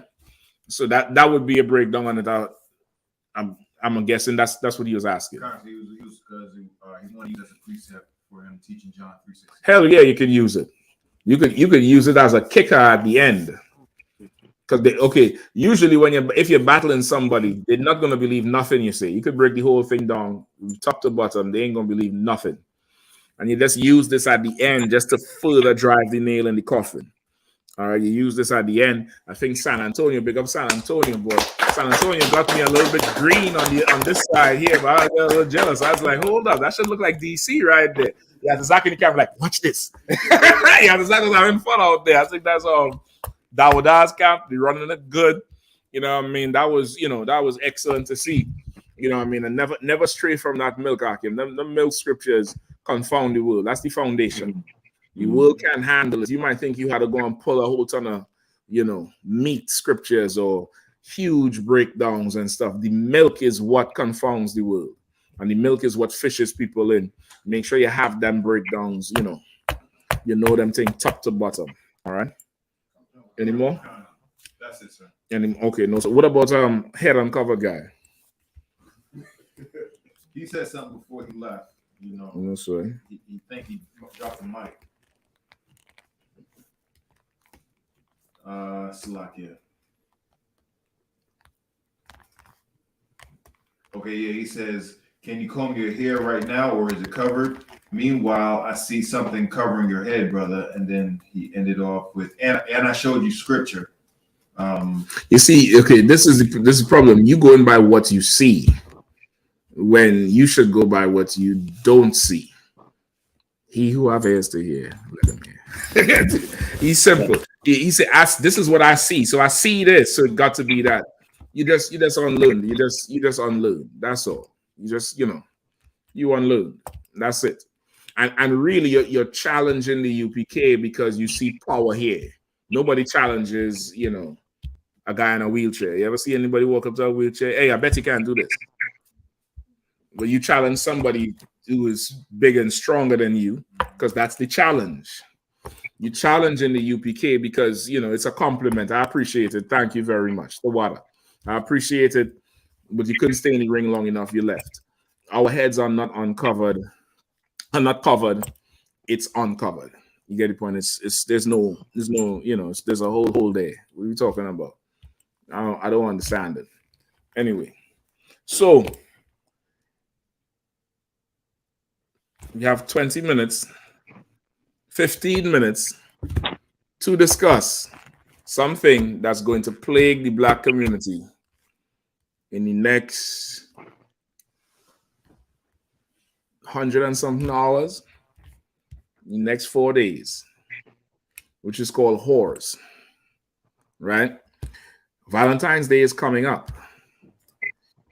And for those brothers in here, I know you all forget about it because you're not in the world no more. You're not friends with the world. You all don't have enmity with the world. Brothers and sisters in here don't even know what the hell you're talking about. You get the point? But for those people who are in the world, you are about to be manipulated and what's up, man? I don't think he paid his time, so I'm not going to say anything. Oh, what happened? No, he just asked another question that might have Oh, he got the link? I get the link slot. No. I'm asking. No, I'm saying He has another question, but you told him to go pay his tithes. Okay, he has another question, but did he pay your tithes? If you didn't pay your tithes, and I answered enough free questions already. All right, you should go pay 10%, man. Go pay 10%. Either way, I'm gonna tell you the truth, you know. Either you're gonna find out you're a heathen or not. You're gonna learn the truth, but you got to pay. All right. What's it gonna say? Right, you're gonna be manipulated. You're gonna be a puppet master over the next 3 to 5 days, I believe. I believe it's next week, Tuesday. Right? Now, of course, you know Valentine's Day comes from the Greeks and the Romans. It's the type of love that you call eros and not agape love, right? Eros is what type of love? What's the difference between the two? You still typing? He mad? He's upset. Yeah. He upset he had to go pay tithes? Well, that's the proof you can't be an Israelite. You can't even be. You can't listen. If you're an Israelite and you don't pay tithes, I'm running you out of here. So you worse for a heathen. If you trying to figure out if you're an Israelite, go pay some tithes. The Lord might reveal it to you. Go pay some tithes. What's he saying? He says before paying tithes, I have to be convinced that you're a priest. Christians pay tithes too. Well, go ask somebody else your goddamn questions, nigga. Go ask somebody. What the hell you asking me questions for? Go to whoever you convinced are a priest. Go ask them your goddamn questions, man. Shit, what the hell you wasting my time for? Yeah, right. What's the difference between eros and agape? It says eros love is like sexual or passionate love is often need, and it's more about the person who's feeling sexually attractive to the other person. About the other person. In other words, eros love is Instagram. See that little heart you be pushing on that broad page? That's eros. That's not, you're not interested in how you just, you know, you got some. That's where you get the word erotic from. Eros, right? It's lust. Then you have agape love, which is what?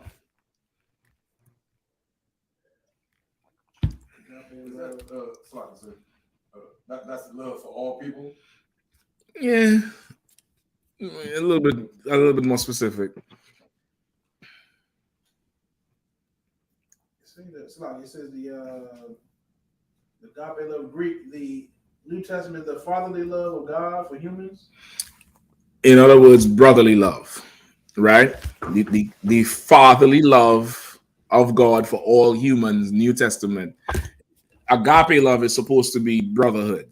Right? That's what they call agape love. That's what the Greeks and the Romans call it, the Latin word. You have agape love and eros love. Right? Valentine's Day is eros. Go ahead. A-G-A-P, I think E at the end. And eros is E-R-O-S. Say again? And like an accent or something. Yeah, that make the E sound like an A. Some shit like that. Right? So from now on, from Thursday night, usually people weekend usually start Thursday. Thursday night they start sipping. Fridays are full on, you know, what's called the thing, happy hour into Friday night hanging out. Saturday, Sunday, Super Bowl, Monday, and by Tuesday, every simple is going to be walking around with chocolates and flowers for some haul. Right? If you love your woman, do not buy her nothing on Tuesday. Buy her after next week. I'll give you a little hint. All them flowers that's $120 this week. Next week Friday they're gonna be $20. All right. Next week Friday they're gonna be $20. Go in there and get them $20 roses. Go and get the surplus from, you know, what the horse couldn't eat or smell. Right. So what you have now with Valentine's Day is eros love. Is filled. It's really lust. It's promoted with lust, is marketed with lust, is nothing else but lust, which is why there's so much adultery and threesomes and not threesomes. What's the other thing? Love triangles with Valentine's Day. So much love triangles because why? It's receiving gifts. And the tradition is a man giving a woman gifts, and the most gifts, whoever gives the most gifts gets the woman. That's basically your Valentine's Day. Go ahead. And they be desperate for it, like the ones who really ain't got no man, like they'll do anything just to get some flowers and post it. Brother, they send themselves flowers. Yeah, right, done. A ton of bros gonna be sending themselves flowers, and coming in the apartment with Facebook Live. Oh my God, look what he got for me. Y'all see? And sending themselves flowers because you're just lonely. If you need a man, that's fine. If you want a man, that's fine. But you don't got to celebrate Valentine's Day. Valentine's Day is a holiday. It's a custom. It's a ritual that's really celebrated in honor of whores, in honor of prostitutes. You're really buying the woman. That's what you're really doing. You're buying her. And that's why it leads to triangles, because somebody else is trying to buy her too. You know what I mean? Somebody else is still trying to buy her, and you trying to buy her. And the thing never works. It absolutely never works. It's a ridiculous holiday. Where does the red come from with the Valentine's Day?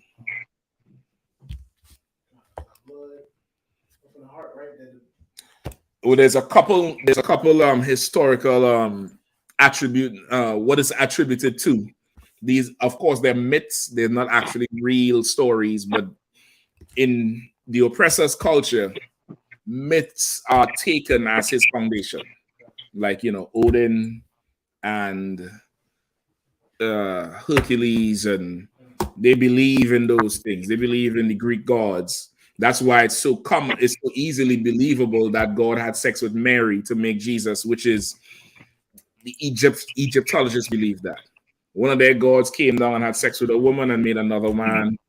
The Greeks believe that same thing. They take myths. So there's a whole myth behind Valentine's Day.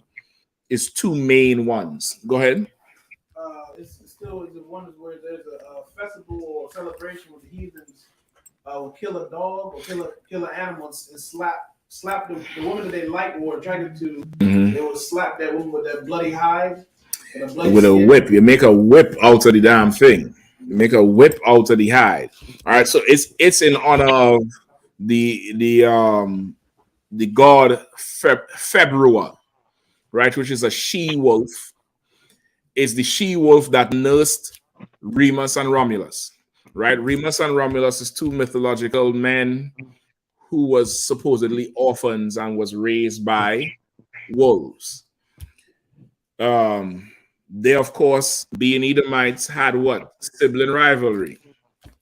And you ain't got to guess the rest of the story. One killed the other, right? Romulus killed Remus. And that's where you get the city Rome from. Rome comes from Romulus. Come on. No, it just brings in mind when you was breaking down the Viking wars that they was having, how when it came down to that one, the Kevis, I can't pronounce it, but that land right there that they fight over, the Kievan Rus. They had a sibling rivalry over it. Like, well, I mean, all their families in every Edomite empire. Once you have a king and he has sons, they're killing whoever in line for the throne. Whoever wants the throne the most is killing the other one who is in line for the throne. Okay, it damn near even happened in Israel. It happened in Israel with with the 12 tribes. Remember, Judah sold Joseph into slavery because Joseph was what? The father's favorite. Then you have David's sons. David's son Absalom. Absalom wanted the throne. Absalom was willing to go to war with David for the throne. There was another son, I forget his name, who wanted to take the throne from Solomon. That's the son that went and took David's concubine. David's woman. When David was on his deathbed, they brought a young woman in there to lay on him to keep his body warm. Once David died, that son went and had sex with that woman as if to say he is now the king. in an effort to try to take the throne from Solomon. You get the point? I forget his name. Right? So you'll always have somebody who is pressing for the seat and somebody who the Lord is going to give the seat to. It's always going to be like that. But of course, the heathens, they don't believe in the Lord, and they just go straight ahead and kill you. You know, it doesn't matter. Go ahead. The old Roman celebration, Lupercalia. Lupercalia. Mm-hmm. Lupercalia, which is a pastoral festival of ancient Rome, observed annually on February 15th. Pull up February, the wolf. You will see it. Even the symbol of Rome, like the coat of arms of America, is the eagle. The symbol of Rome is that she wolf with the twin boys suckling at the wolf's teeth under her, and then sucking the breast of the wolf like a puppy. Right? You could pull it up and just put the picture in the screen. All right, go ahead. Annually on February 15th to purify the city, promoting health and fertility.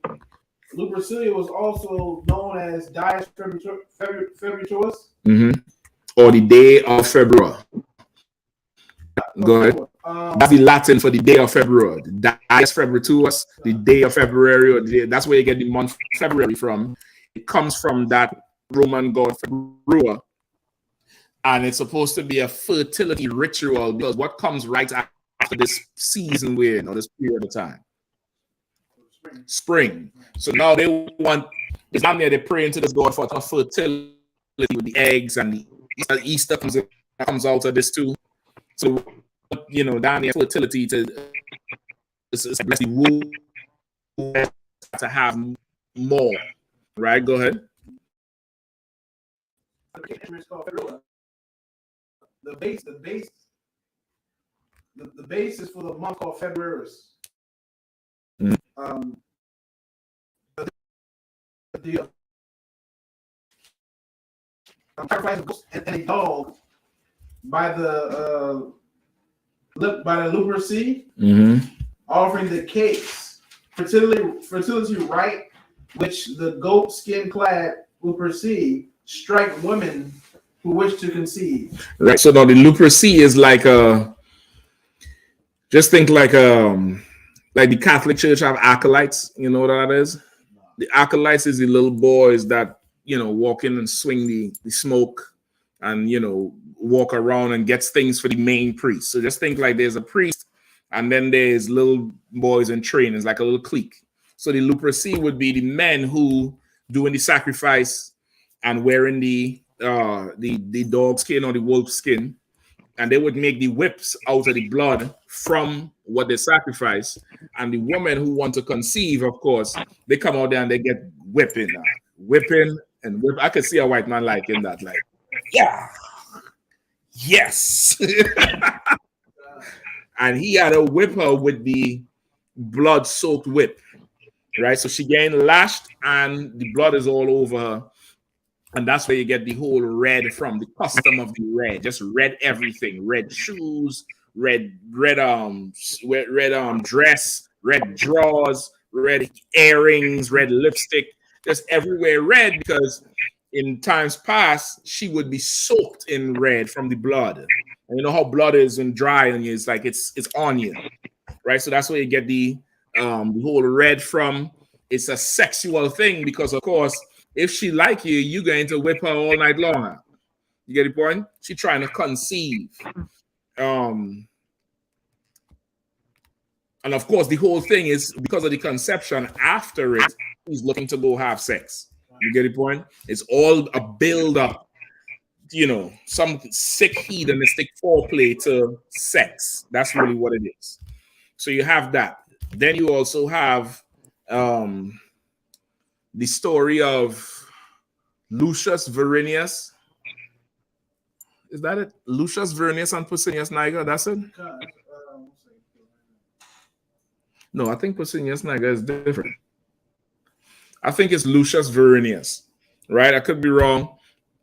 Where there was these two Roman soldiers. This is the myth that they were lovers, But of course, this comes from the truth of them because a ton of they believe that homosexual gays in the Roman army was better because now a man is fighting for his lover and not just fighting for somebody who he went to boot camp with, right? So now the story is these two lovers were on the battlefield, and one defending each other, and the other one cut the heart out of his enemy for his lover. So as he's fighting, he opened the chest of the enemy, took the heart out, and gave it to his lover as, I love you this much. I'll cut the heart out to him and give it to you. Get the point? That's just think about your oppressor. Your oppressor, that white man who rules everything, his love for somebody else is to kill you. That's, I'll kill anybody for you. You get up with a kind of sick, just sadistic type. Why somebody got to die? Why anybody got to die? But that's him, right? So that's where you get the whole tradition of giving a heart from. It comes from that. And of course, the heart, we ain't got time to draw it now. That heart you see that shaped like, the V with the two humps on top is not a heart. Your heart don't look like that. That's a woman bent over. That's how it looks from behind.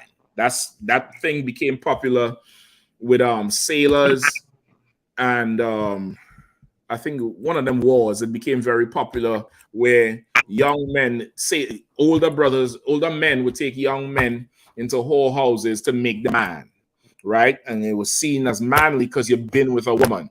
You had a woman, you've been with a woman, and then they would tattoo that thing on them. And all those cool men you would see with that heart tattoo. Get the point?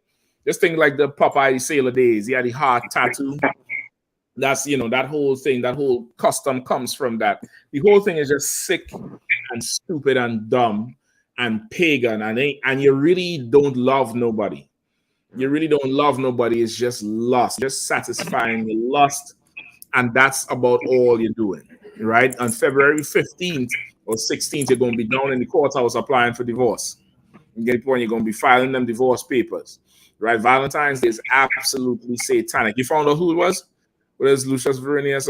Somebody just look it up. I don't want to quote the wrong name. I think Singer's Niger was somebody else. I believe he was a general in the Roman army or something like that, or some great warrior in the army. I might be wrong with it. Just somebody look it up real quick. Let me give you all of it before we roll out. Right? Valentine's Day is absolutely satanic, and you should never ever follow it. They break her heart this damn Valentine's Day. Right? Don't buy her nothing and let's see what she do. You really want to see? Oh, they ain't ready to gamble that Pagaiva. They ain't ready to gamble that Shabbat. They ain't ready to go in there and say, yeah, the one who telling me about covering my head. I want you to not buy abroad nothing for Valentine's Day. Let's see if she stay with you. Let's see if she stay. That just come back and tell me if she stay or not. All right? Ain't no sweat. I'm coming to it. Go ahead. It's like just a couple comments in the question.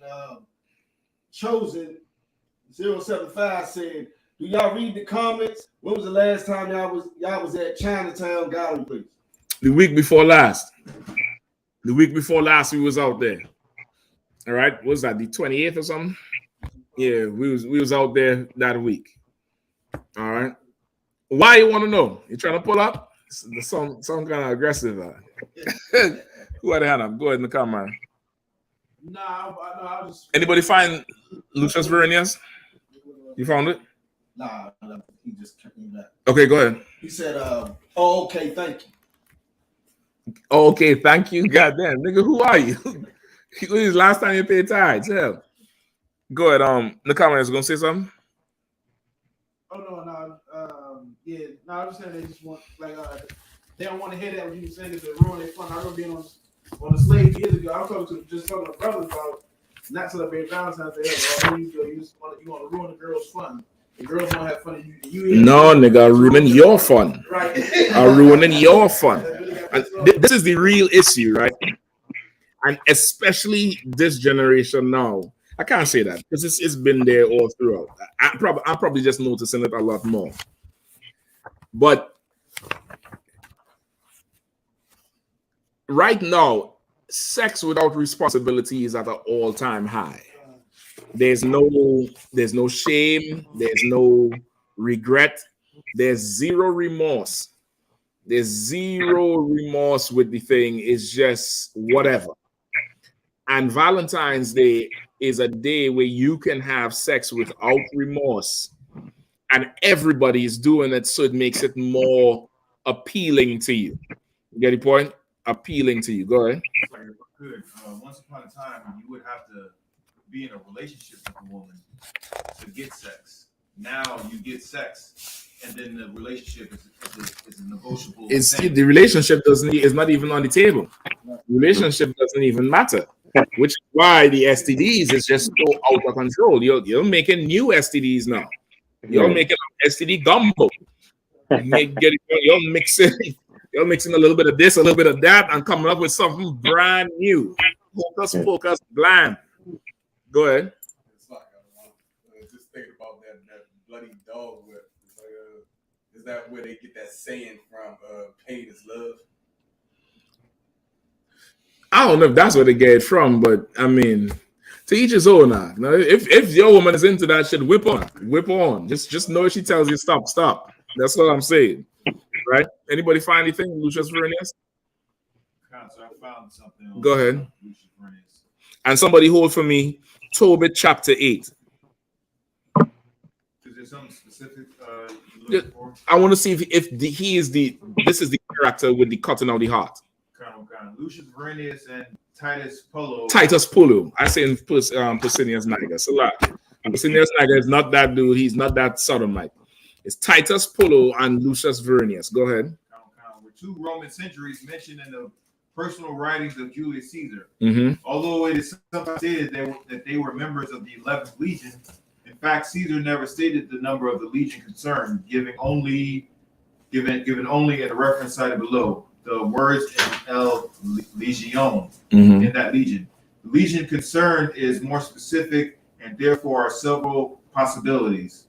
For example, legion. Okay, anything with the heart and cutting out of the heart? I'm still looking for that. You might have to Google it specifically with their names and the heart. But those are the two. Lucius Vernius and Titus Pulio, right?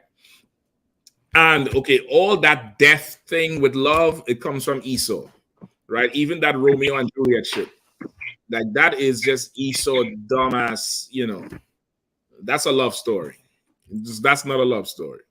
You get the point? The story is you going and befriending her father, and her father go win him over before you win her over. That's the real strategy right there, boy. You do that shit, you straight. That's the real deal. All right. Give me Tobit's chapter 8 and give me verse 7. Okay. Hold on.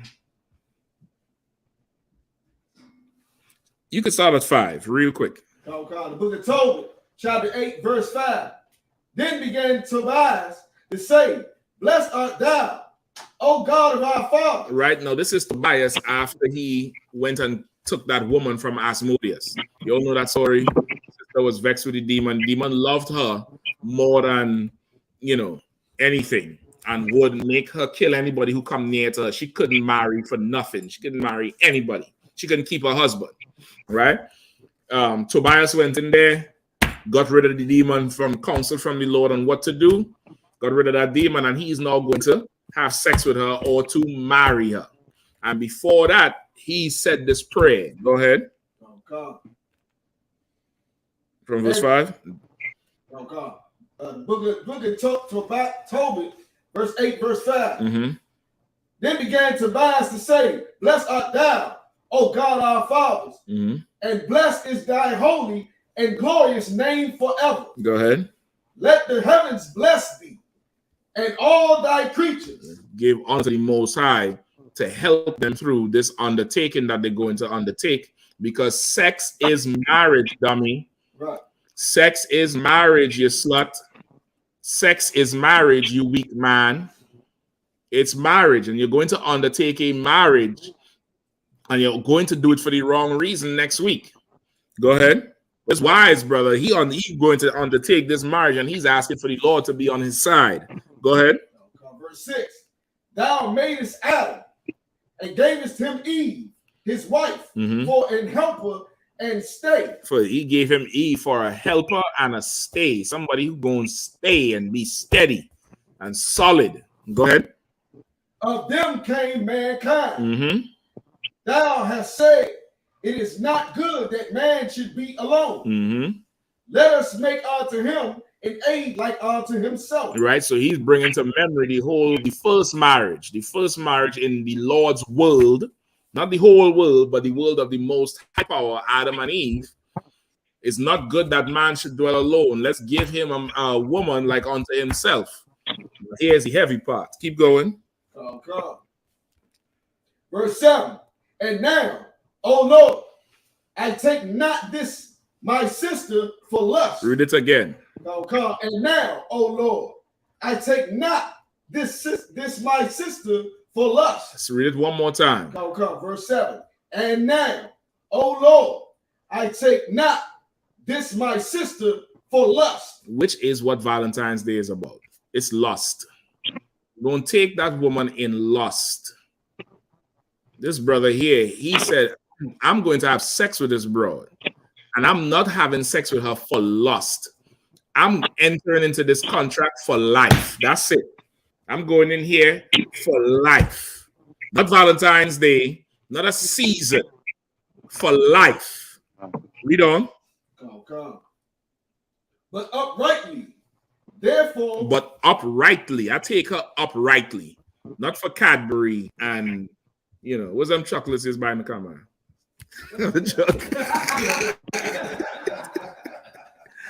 Listen, a warrior telling me, a warrior called me. It was in the height of COVID, and I forget the name of the goddamn store. Some store that's close by where he slave, and they sell these not just expensive, real rare chocolates, and they sell them in a case. I forget the name of the goddamn store. Godiva. That's the name of the goddamn store. Godiva. And it was in COVID, and sales had dropped so bad. Godiva was going out of business, and Valentine's Day was like the next week, and people couldn't believe it. They were selling out. I mean, big time. I was like, it's gonna be a lot of broken hearts. You know what I mean? You gonna go there and get them chocolates and that wine and them flowers, and you're not going to do it uprightly. Most of y'all who gonna do it, y'all in the world especially, you're gonna buy it for somebody else's woman. That's really what the hell it is. You making sure you know where her desk is at the slavery. You gonna put something on her desk, in her drawer, some kind of nonsense. That's when most of the whole is lust. It's a whole lust fest. You get it, boy? If you really love the girl, go pay her bill. Go pay the car note. You ain't trying to do that though. You get it, boy? You ain't trying to do none of that thing. You get it, boy? Don't take her for lust. Take her uprightly, which is against that whole spirit of Valentine's Day. This is a responsibility you're getting into. This is responsibility, and you should not do it if you're not responsible. Right? How to say, to thy own self be true. One of them old Shakespearean dudes, right? That be true to yourself. If you know you're a fuck up, excuse my language, stay far from people's daughters, man. All due respect to these sisters silly and simple. They're gonna fall for some dumb shit. Not the sisters in here though. This is hardcore 6 months to a year sisters in here. You can get in there to them. But them dumb ass bros in the world, they're silly and stupid. They're dumb. You get the point? Stay far from somebody's child, man. You can't handle nothing. You can't tie a shoelace, much less anything else. Stay far from the thing, man. Stay far from that. Wait till you're a responsible young man and do it. Just resist the hoes. Resist the hoes. Go ahead. Therefore, mercifully ordained that we may become aged together. Verse 8. And she said with him, Amen. All right, this is a righteous prayer by any righteous brother who gonna marry a woman. This would be a marriage vow. That's what you should be saying instead of putting on Jodeci and coming in there with some old expensive ass drawers with hearts on it, looking like a goddamn clown. with chocolate syrup somewhere, and then the next morning you all just walk away from each other like you don't even know each other. You're stupid and you're dumb and go to get an STD. You're gonna wake up with something. Yeah, I mean, there's things out there more scary than AIDS. I'm telling you straight. There's things out there more scary than HIV. There's things out there that you just rotten from the inside out. Yeah, that's Slovakia. I'm trying to tell you. Be responsible, man. Valentine's Day is absolutely something you should not be engaging in, not be wanting to be in. Let them people and let the world die with the world, man. Come out of her, my people, so you don't take part in her sins. And Valentine's Day is surely a mishmash, a big, pot of sin that you're gonna go into. But the lust of the flesh is so strong. It's so strong. It's that, it's a pull. You know what I mean? And that's where, you're going to wind yourself in trouble. That old carnival down there. So watch yourself, I know that carnival coming, boy. They're going to be out there naked and in glitter. Forget Valentine's Day. That carnival is shit. I'm trying to tell you. That's cocaine for the eyes. There's cocaine. The strongest men. I'm telling you, I can't go near Trinidad for that carnival, brother. I'm a male with meat free back in my box.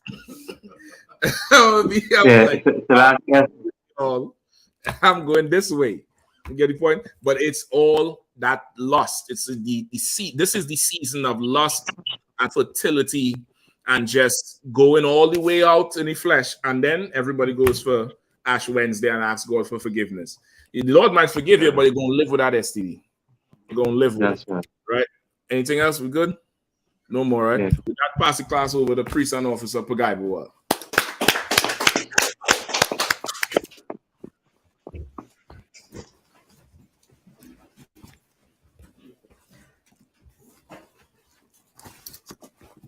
I.S.U.P.K security announcements. We are the I.S.U.P.K out of 1 West, 125th Street, Harlem, New York, under Commanding General YAHANNA. New rules for brothers and sisters. When a new brother or sister comes to school, they are off limits for 6 months. They are to be saluted only. They are here to shut themselves of the world. After 6 months, if a brother or sister has an interest in a particular person, he or she must give permission to speak to a brother or sister. There's another 6 months in which a brother or sister will court each other. After the 6-month period, the brother or sister will get permission from the head to marry. Tithes, which is a commandment. You can find this in the book of Numbers, chapter 18, verse 21, and the book of Malachi, chapter 3, verses 8 through 10. It means 10th in Hebrew, and it's pronounced ma'ashara. 10% of every penny of any increase the Lord gives you, you give to the treasury department or teacher. Priest fund.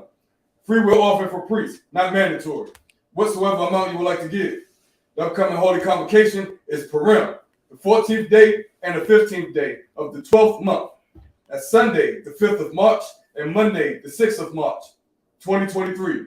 You can find this in the book of Esther, chapter 9, verses 20 through 31. Remind Akim and Akwathian to check out social media, such as ISUPK.com, Facebook, Twitter, YouTube, and so on for I.S.U.P.K events and materials. If a brother wants to be a trooper in the school, you should start wearing all black, which includes black boots, black shirts, black pants, black headband, or scarf. And with that, don't forget Passover, April 1st, Raleigh, North Carolina. We're going to be down there in the Raleigh Convention Center. $200 per person, 17 years and over. You 17 years and over, $200 per person. Go to ISUPK.com, pay your Passover fee online right now, man. Get it in right now, pay it down so you could come on down there and enjoy. Commander YAHANNA book the whole thing out for damn near a week of events, man, a whole week. From the lamb slaughter to the slave plantation tour, you have a whole day for the kids, the Passover, and then the Feast of Unleavened Bread. It's going to be, rocking it up. People coming in from all over the world, all over America, coming in for the Passover. Get down to Raleigh, North Carolina, April 1st, man. Come on down there from the 29th or the 27th, 28th, somewhere around there. Spend the whole week with Israel, man.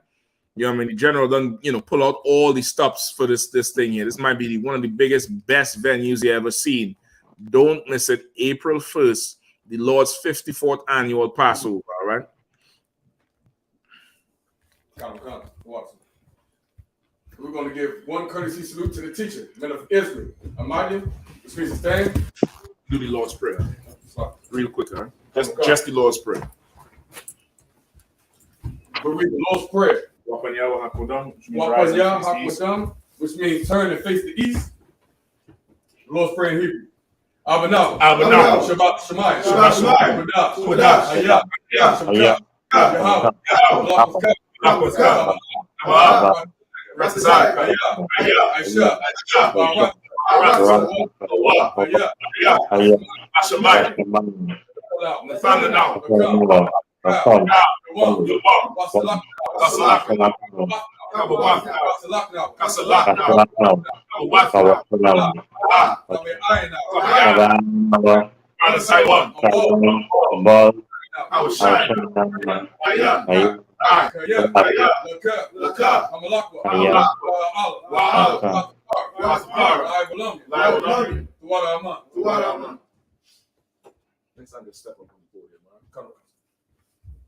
in the English, Our Father, which art in heaven, hallowed be thy name. Thy kingdom come, thy will be done, in earth as it is in heaven. Give us this day our daily bread, and forgive us our debts, as we forgive our debtors. And lead us not into temptation, but deliver us from evil. For thine is the kingdom, and the power, and the glory, forever. We give one courtesy and the men of Israel, Almighty of Shabbat, Almighty, Rock, Yahweh, men of Israel, Saw, which means turn. We'll give one courtesy salute to the sister. Men of Israel, Almighty of Shabbat, Almighty, Barak, Yahweh,